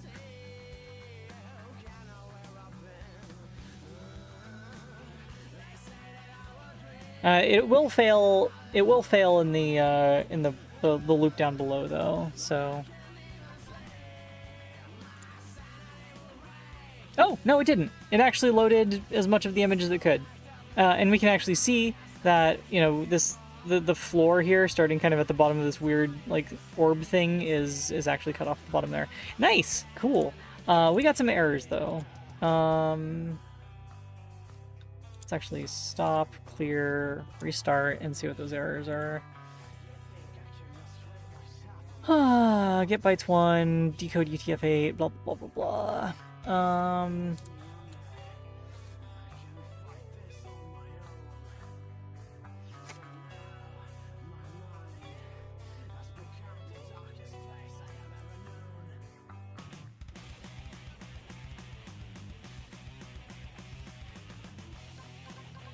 Fix me handle EOF. Creativity file here. Just throw in some fix me's, call it done. Fix me handle truncated file here. Alright, other than that, we're gonna have it keep going through the list of files.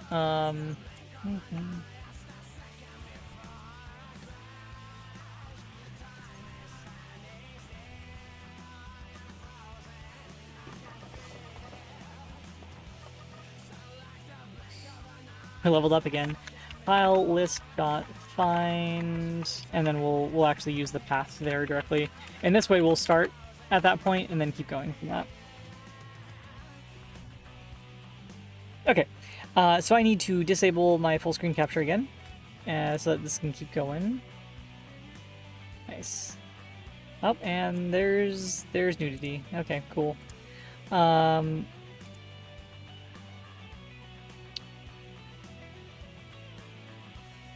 So I should probably be hitting this this clear here a few times.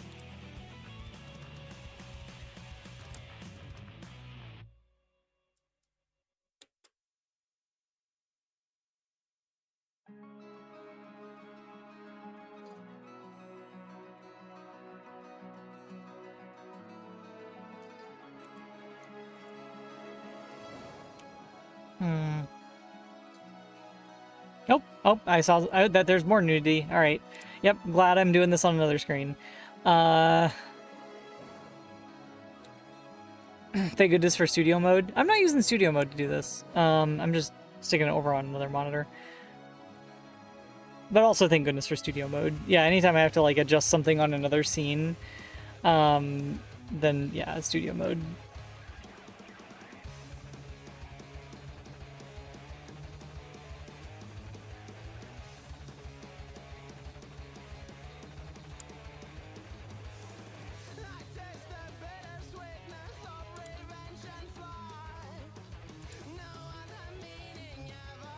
Yeah, still hasn't found one of those plain text blocks. There might not be any on this CD.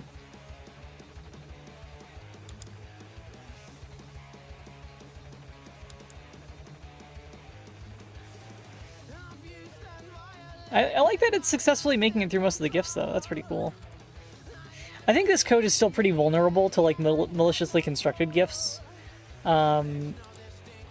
Like there needs to be a lot more error checking. I'm gonna have to throw AFL at it, honestly.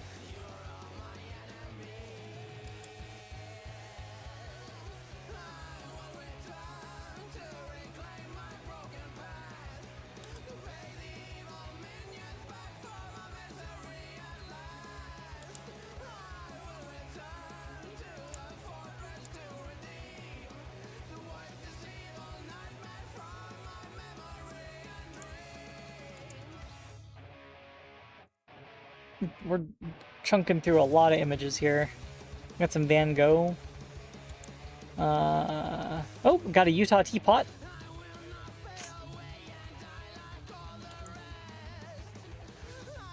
Oh, we got some warthogs, some A10 warthogs. Wow, there's a lot of A10 warthogs. Or Thunderbolt or whichever it's called. Can't even remember. Video game screenshots. Or renders. Those are probably renders, actually. I'm looking past. Ooh, got a screenshot from Red Baron.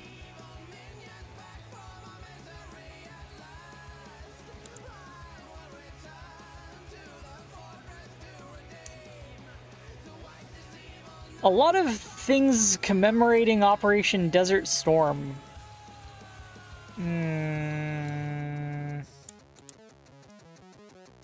Yeah.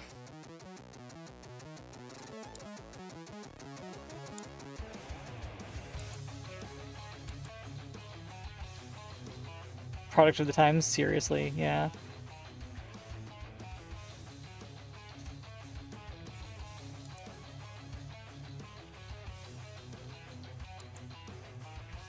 Nope. I did see one image of Rick Hunter fly by in the military gifts directory, military aircraft gifts directory. Rick Hunter in a cockpit.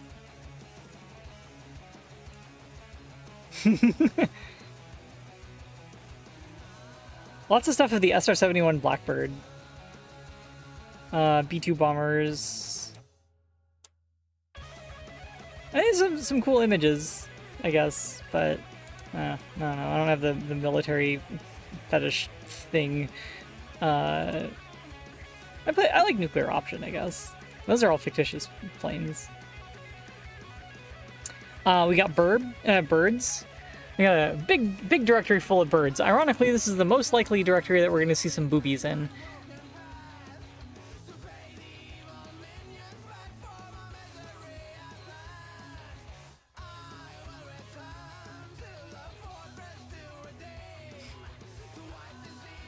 Did Automod get what?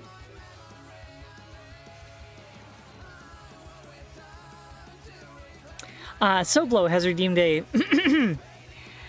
Oh, wow.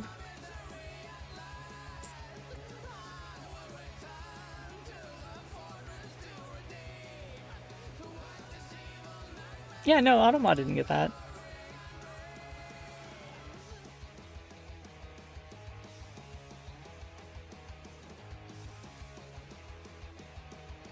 Oh, there's more naked people. Oh, we got some MS Paint looking art, except I think this predates MS Paint.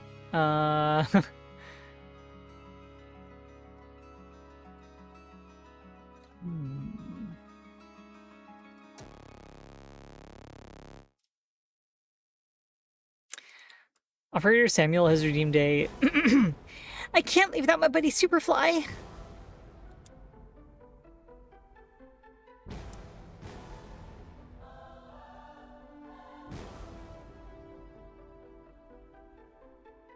God, not a single GIF on the CD actually uses the plain text extension, does it?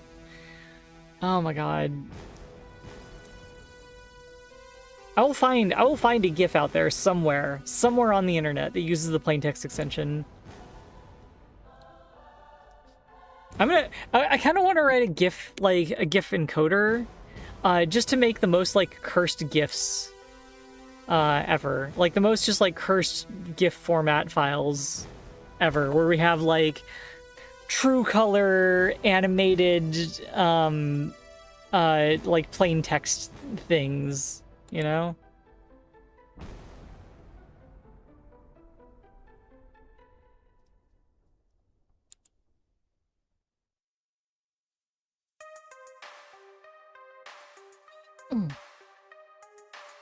We're in the cars section of the CD now. Lots of cool, fast-looking cars. Yeah.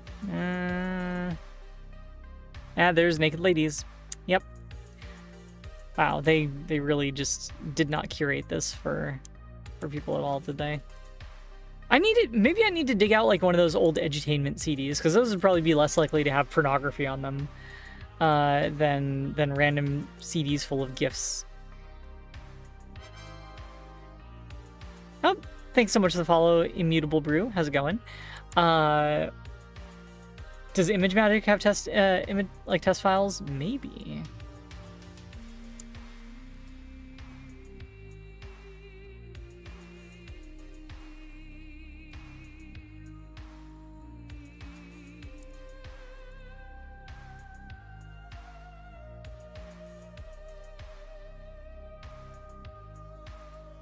Let's see if it actually can do GIF plain text extension.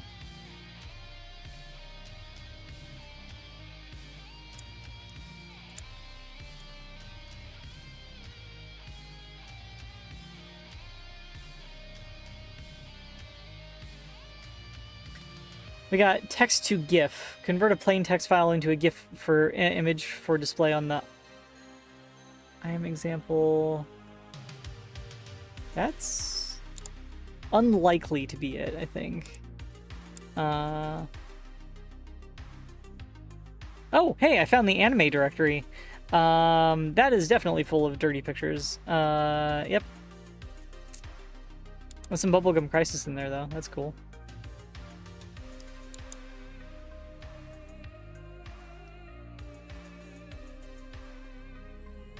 Actually, they seem to have mixed their cartoons and anime stuff and comic stuff all together.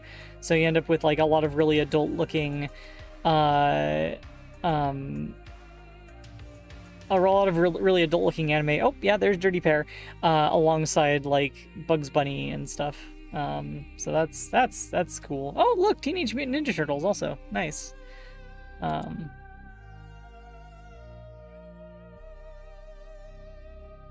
This is not my personal gift collection. No, this is a CD that we found on archive.org.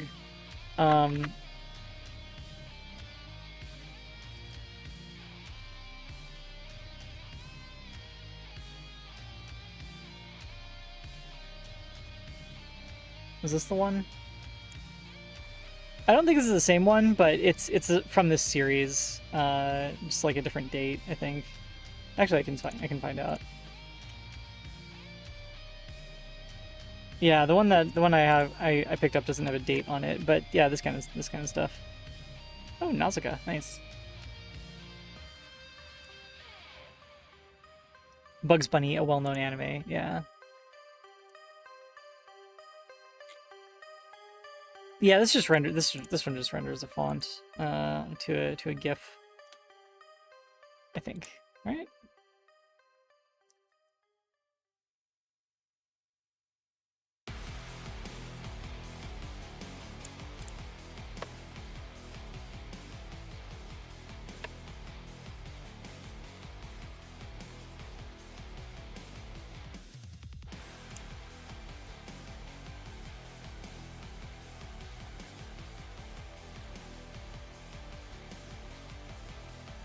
Oh, we made it to the cats folder.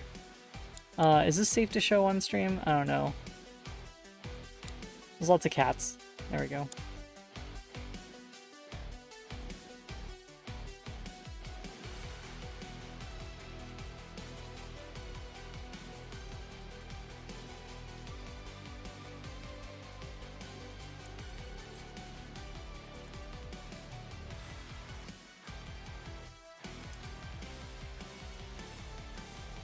Oh, we should have been using this one for testing instead of the Star Trek GIFs all along.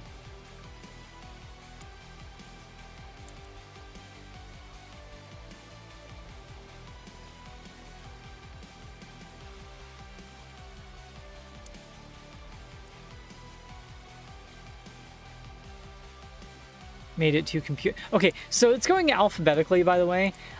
So we are at the, I think we're in the clip art directory now, but we're still at the C's. Oh, wait, no, now we're to dogs. Why'd you throw a GPU at me?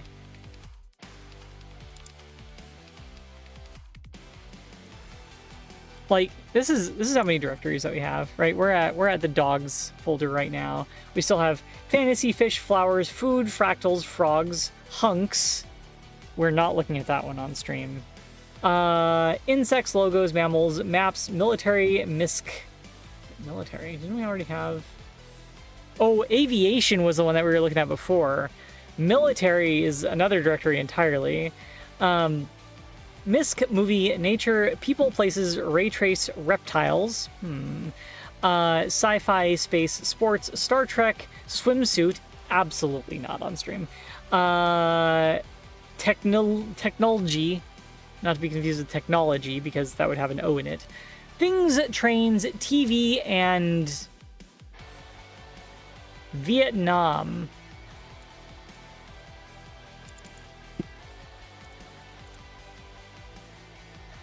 Yeah, okay, they mean a very specific thing about Vietnam from a very specific time period, I think. Why would you want to have GIFs of this?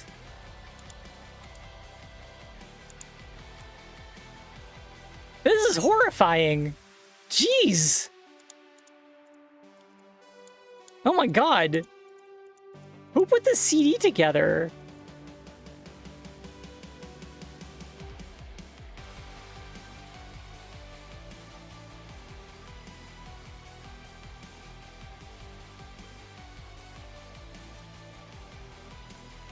War crime gifts? Yes. Like, but literally, yeah. There's a guy with a flamethrower. Yeah, there's an image of a guy with a flamethrower.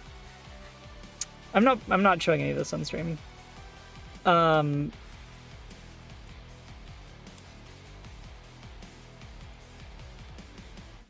a photo of an injury. Or a dead person. I don't want to know which one, which way that is. Yeah, that's, why would you put this on a CD? There's another guy with a flamethrower. There's prisoners. What the hell? What the frick? What the heck? Who curated this CD? Okay, you know what? I'm gonna stop this before it actually gets to that to testing that data, because I don't feel good about using that as test data. That's really weird that would go on a.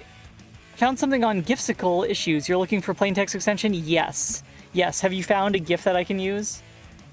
Sponsored by the military. Yeah, we didn't even make it to the military directory in there. Jeez.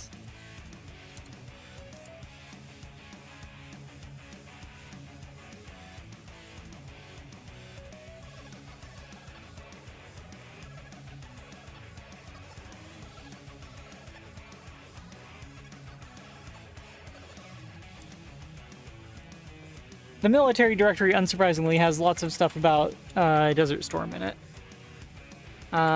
Yep.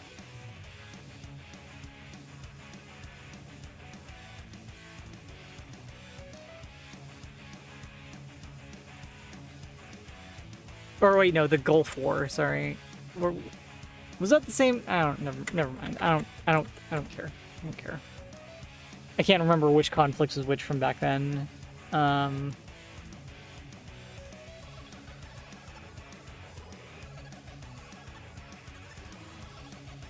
Jeez. CD is a trip. Yeah, seriously. Are these animated or just still images? They're just still images. We haven't dealt with any animated stuff except for the one test image yet. All kind of blends together after a certain point. Yeah. Yeah.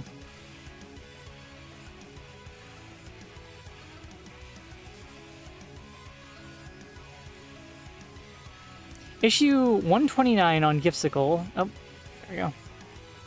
Yeah, we have momentarily have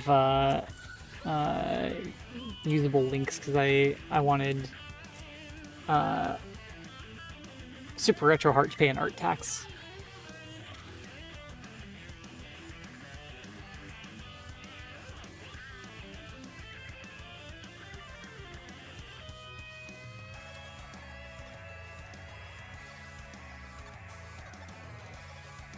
There's no additional support in Gifsicle for the plaintext extension. You have to create a string in the right binary format, blah, blah, blah, blah, blah, blah, blah, blah, blah. Yeah, they don't support it either.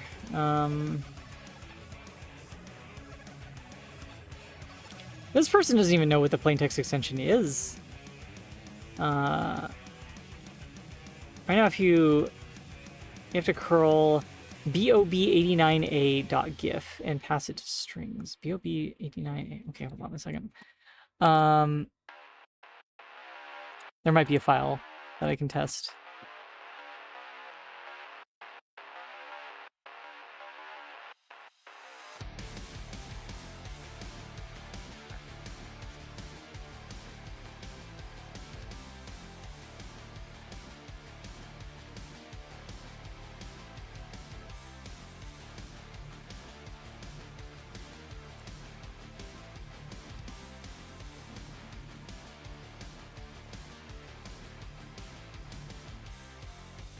The GIF pronunciation page. Okay, I need to find that file.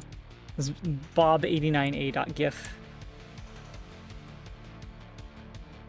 It's out there somewhere. No, I can't find it on that server. The oldest GIF, bob89a.gif. GIF Fun 1 unsupported feature edition.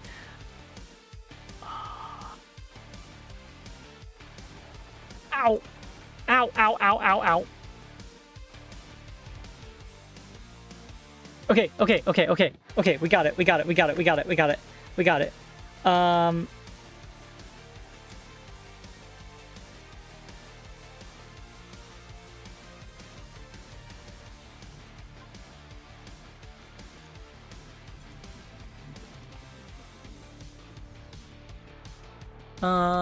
Test bob89a.gif.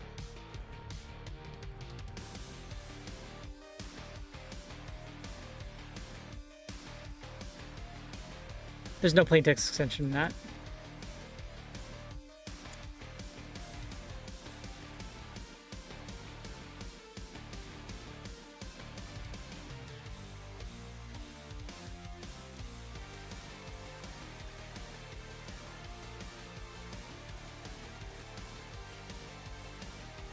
Oh, it looks like this one also uses that wait for user interaction thing, but it's not loading. It's not hitting the the breakpoint thing, or the assertion rather.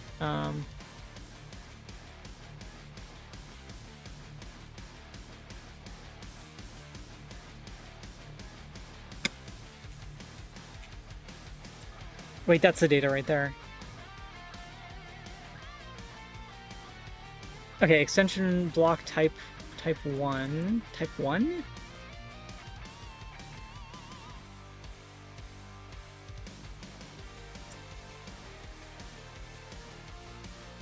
Also got the GIF Fun 1 Unsupported Feature Edition.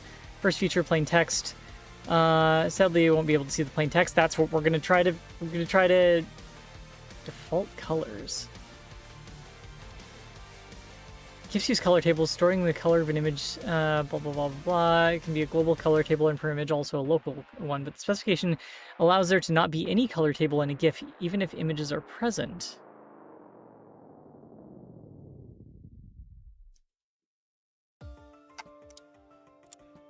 We're keeping that one too. Oh, that's a JPEG? Ah.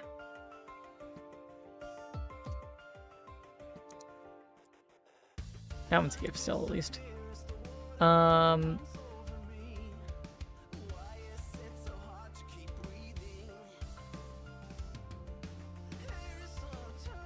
the extension type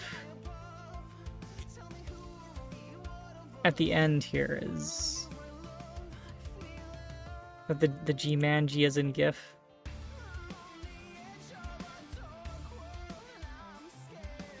I don't know. Yeah, okay, there's a GIF from one of the people behind the GIF specification that you can find under the name Bob89A and includes plain text extension plain text to explain all the new features. Because plain text is rarely supported, you most likely only see a single image of a guy in front of some mountains.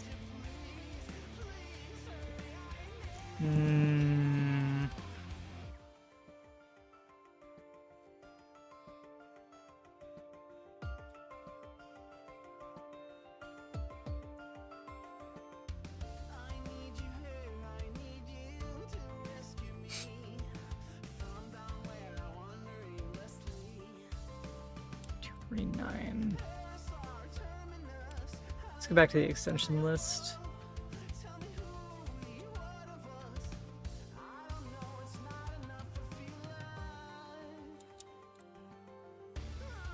$21. Oh, wait a minute. No, 21 is the... Oh, no, it is 01. No, okay, yeah. We were looking for the wrong value this entire time. Plain text label.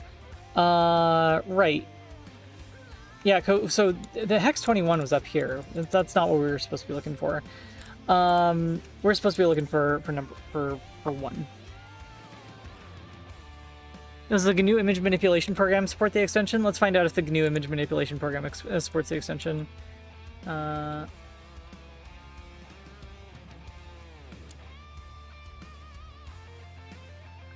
Well, it obviously doesn't render it, but we might still be able to get some info out of it.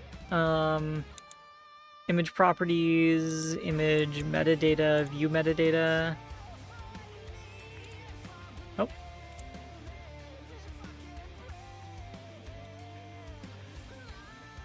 No indication that the data is even there.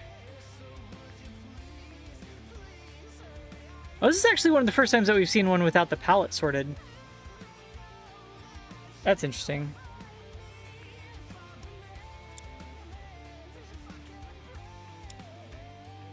Anyway, if we run this now, we should probably hit that assertion. Yep, bam. Okay, we found the plain text extension.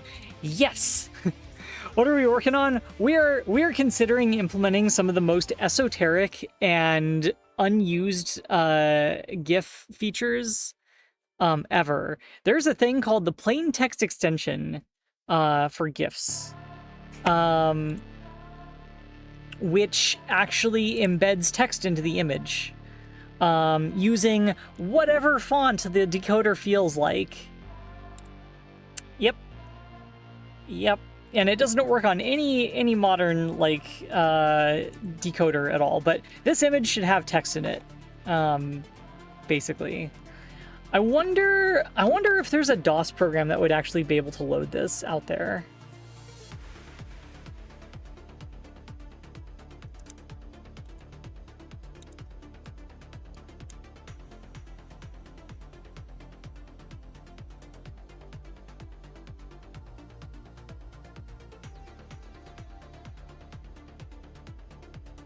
Sex like an no. There's a comment block, which is something different. So there's the if we look at the We just like export as blah blah blah blah blah blah blah blah to then we get this oh, hold up a minute. Well, here's what the comment looks like. That's different from the plain text extension. It'd be hilarious if you had to use an old CompuServe client for this. Yeah, now we're on the quest for a GIF loader that'll actually load that text and display it. Because obviously something out there at one point supported this, right?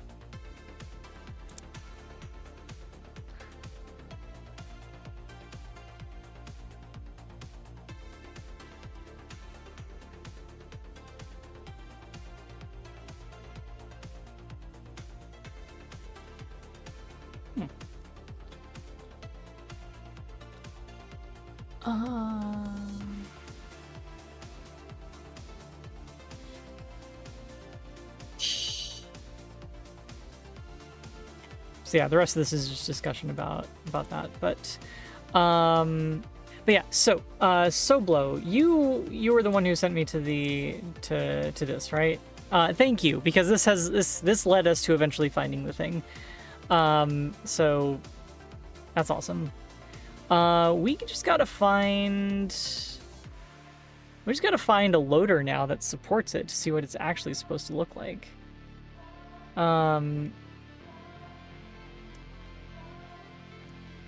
This person pronounces GIF incorrectly. I know they invented it, but this is wrong. So, oh, this person invented it rather. CompuShow. Okay.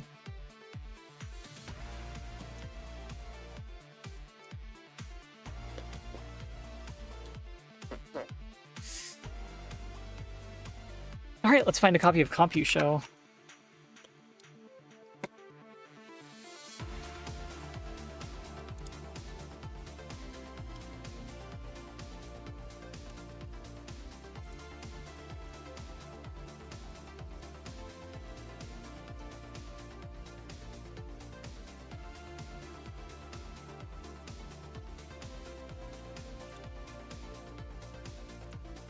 Original CompuShow was released as shareware in 1987, making its first appearance in CompuServe Picture Support Forum. Within weeks, fans distributed to many other CompuServe forums, hundreds of bulletin board systems, other commercial information systems, blah blah blah blah blah. Since DOS program cshow.com. It's not even an exe file. This is real early stuff that we're talking about. Later, cshow.exe. Was started by typing the name cshow at the DOS command prompt. CompuShow very quickly became known as cshow over the years, nickname stuck, and to this day, we still receive phone calls that run something like this. Hello, this is cshow. This is Canyon State Farms. CompuShow is our program. That is amazing. Let's see if we can find a copy of it on here. CompuShow 2000? CompuShow for Windows. CompuShow 32. Let's see if we can. We need to find a GIF 89A version of it, right? CompuShow 2000, first released in January 1994. This is probably the one that we want.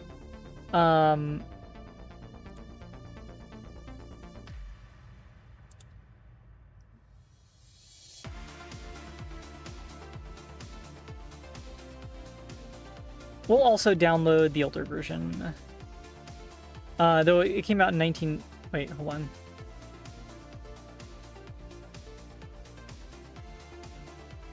Yeah, we'll download this one too. Version 9.0.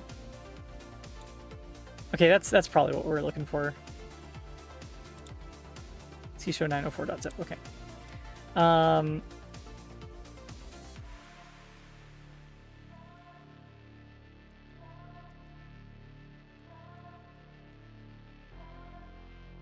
Kind of GD ignore. Yeah.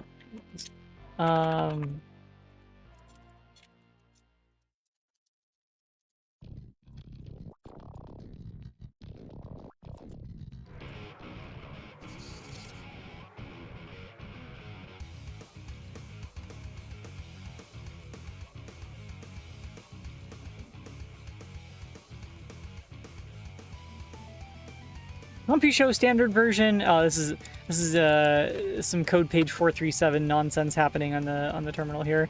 cshow a dot we have to install it first. Okay, DOSBox dot cshow a. Install on a floppy? No. Install on a hard disk? Yes. Drive C. Type of install, novice or expert? Are we experts? I think we're experts. Can't create z backslash c show dot bat. What?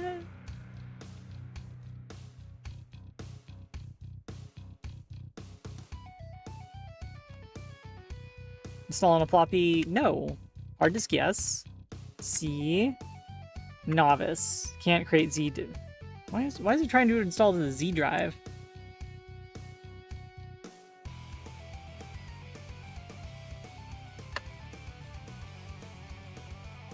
Install over floppy? Yes.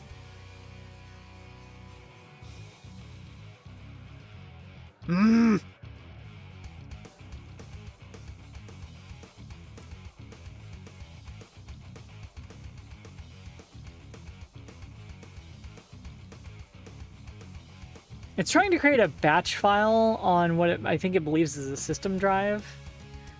Crap, what's the easiest way to fix this? We could boot it up in 86 box, maybe.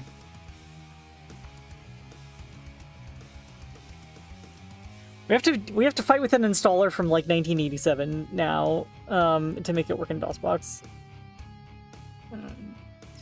Why did I sign myself up for this? Oh yeah, I like pain. Let's install it to a floppy disk. No, let's not do that. I want the file. I want the file in that thing. I know it's in there. We just can't use DOSBox to do it. We're gonna have to spin up an entire ass VM just to get the stupid file out of this thing, aren't we?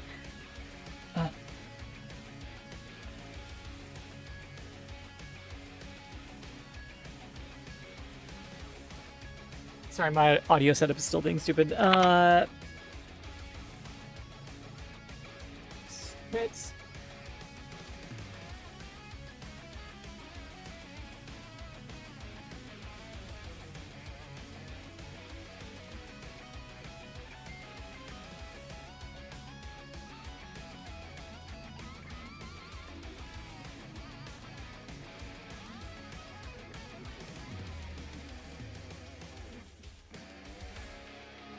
We got it. We got it.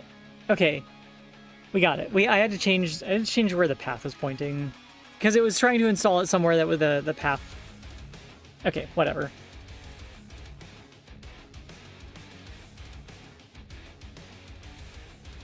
Program documentation and or support files are missing. You must have readme.txt set up the exe engine. Oh my god.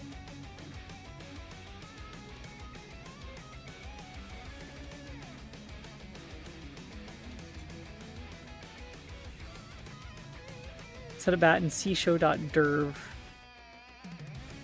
Have setup first. Attempt to identify Super BGA chipset. Sure. Face up. Good.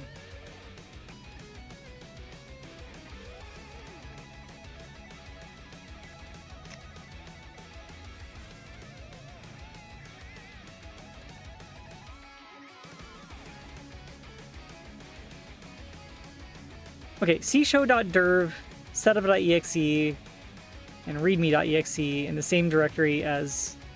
They're not missing, though. They're right there.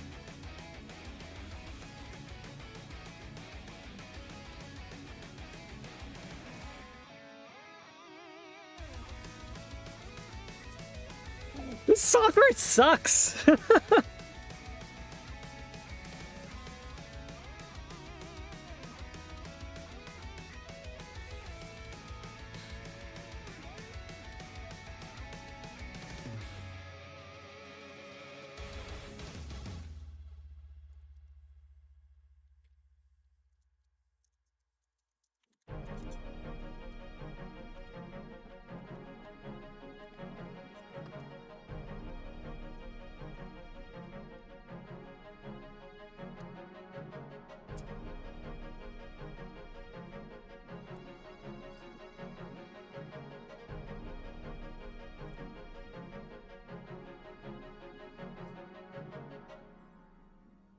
Yeah, we're doing this. We're doing this. I don't even care.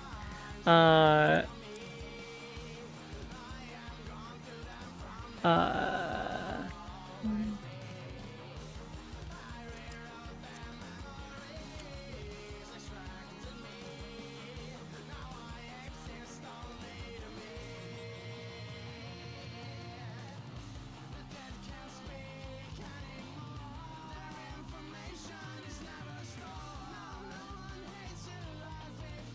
forget how to actually like add files here.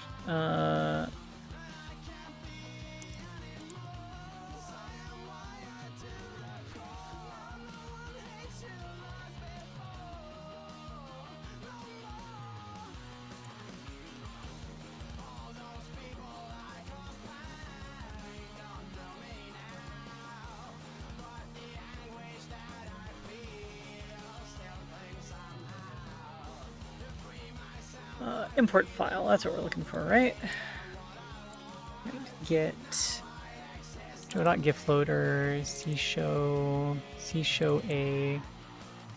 There we go. x86 real mode. That looks good. Good. Has not been analyzed. Would you like to analyze it? Yes. Yes, I would. All of this looks fun and exciting.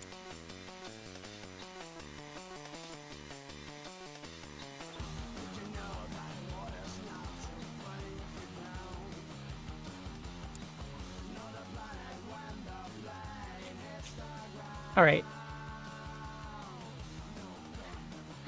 What's the interrupt for, like, what do you think the interrupt it's using is to check the file system for the existence of those files that's not working with DOSBox?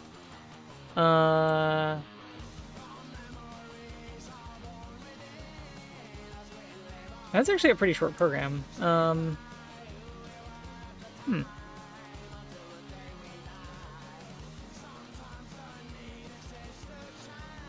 Maybe you have to add the folder to the path. No, we could try. What feels weird to use a tool as powerful as Ghidra on a 1994 image viewer? Well, you know, probably.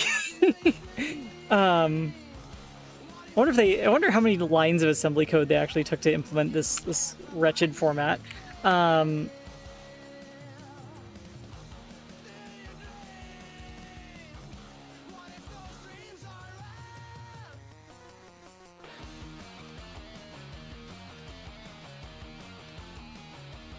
Yeah, no, it's not gonna happen. I do actually have. I mean, we do actually have the emulator that we were doing Palace Chat stuff on, and I think we might be able to get it working through that.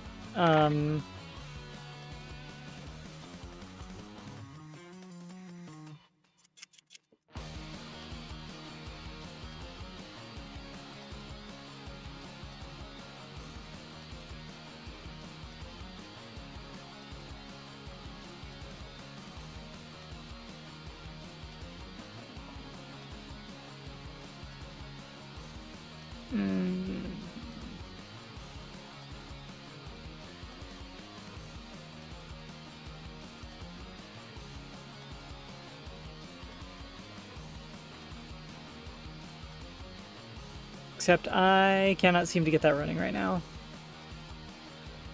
Oh well.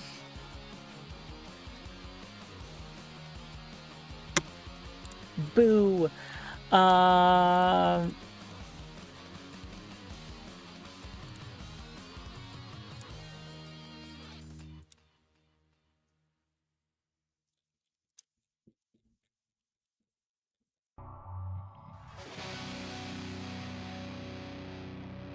Yeah, also, I don't think it's actually fully understood the entire program because it thinks this is all extra data down here, when I don't think you could actually fit a GIF loader in that little bit of code. Let's go back and use the older version of cshow.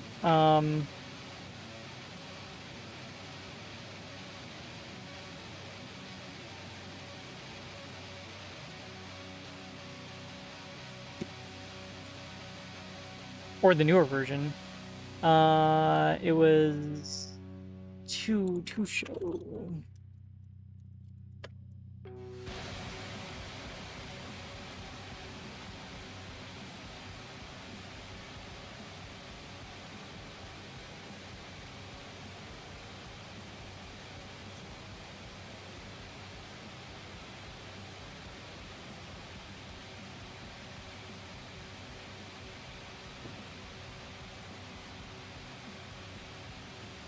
Here we go again.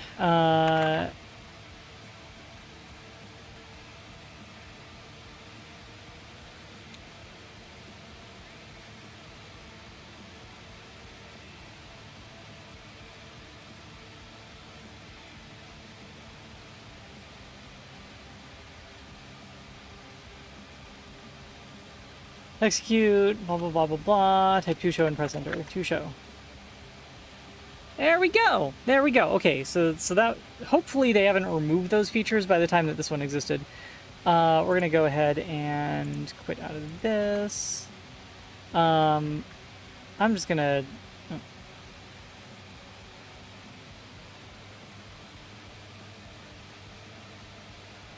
We're going to move that GIF into there.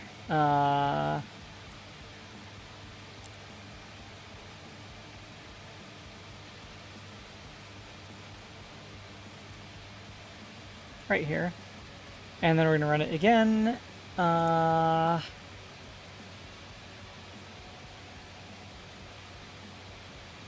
And can we see that file? We can't. Not yet. I gotta restart DOSBox.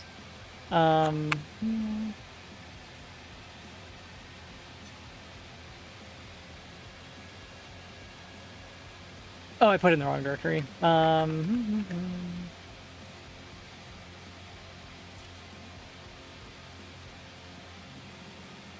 Wait, where did I put it? Oh, yeah, this is the right directory. DOSBox.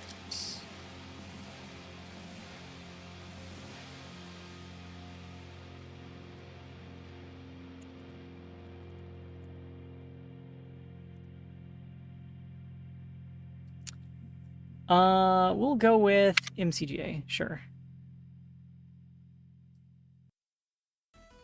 Yeah, we got it! Awesome. We have our our actually fully compliant GIF89A decoder here. Did you hear that beep also? Oh my god. So it's an animated GIF, but the only animation frames it has are the text.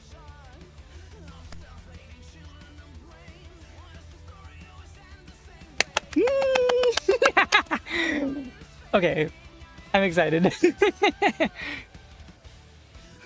We're gonna make the most cursed, complete,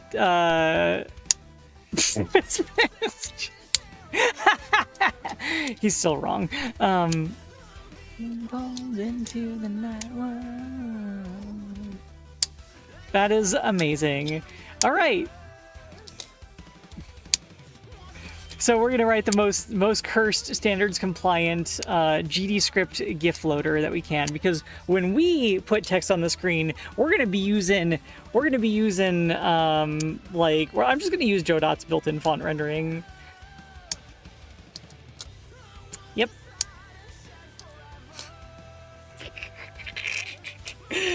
Oh my god. Comic Sans. It needs to be. I mean, I want to do a monospace font. So Comic Mono, obviously.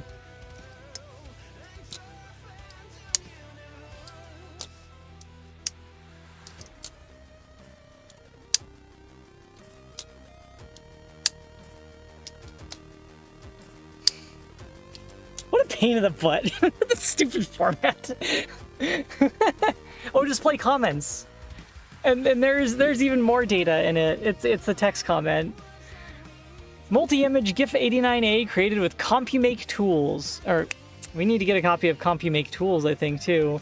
GIF version 89A was released by CompuServe in August of 1990 as an extension of the GIF 87A specification of June 1987. The new features of... Oh my god, that means next year GIF is going to be 40 years old. The new features of GIF 89A include delays, wait for user input, plain text transparency, graphic disposal, application extension, and embedded comments. The picture is me, Rob Berry, at Red Rock Crossing, one of the most photographed spots in the state of Arizona. In addition to being a very popular destination for tourists, Sedona has frequently been used as a movie location. Literally dozens of westerns were filmed in the area during the 50s and 60s, and many a good guy has chased the bad guy across Oak Creek with Cathedral Rock in the background. Most recently, Midnight Run with Robert De Niro and Charles Grodin featured a car chase with the Sedona police about a year before there were any Sedona police. You're older than the concept of GIFs? I'm definitely older than the GIF format, yeah. Yeah. The graphics interchange format. I know what I said. Yeah. That is technically true, yeah. God, isn't that wild? Oh, this is cool. I wonder if we can find a copy of CompuMake on the same page. I wanna bookmark this. Okay, CompuMake.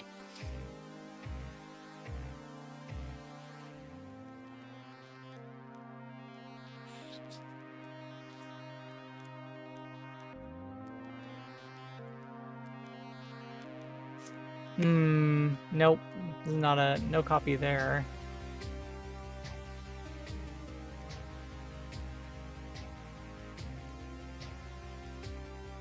Well, here's a buffer overflow, where they mention the text from.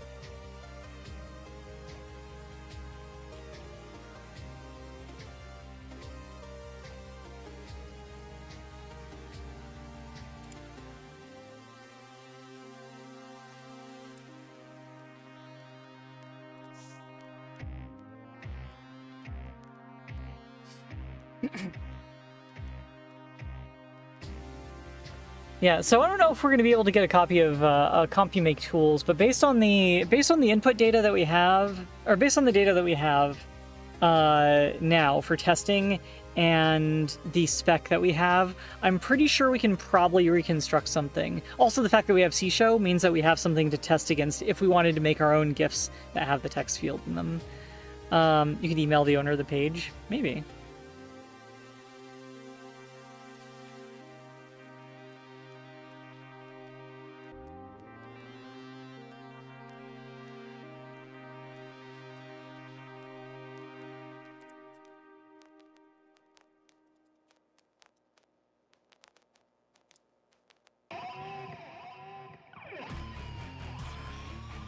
Okay, we gotta figure out someone to raid, though. He seems to post AI slop nowadays. Oh.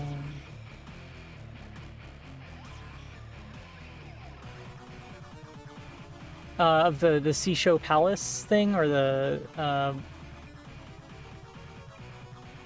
we weren't actually looking at that.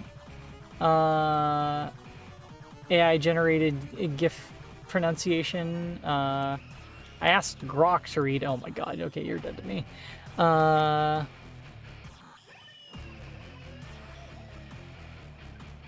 buddy Rob Ford, who created the animated title for the site above, is into those AI image generators and decided to... okay, he's humoring his friend, I guess.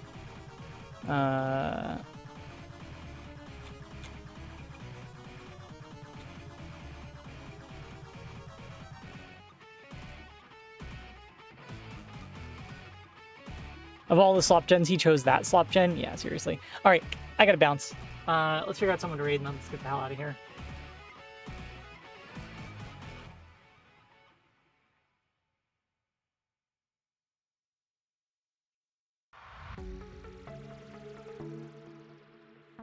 Alright, we're gonna go ahead and raid Char, I think.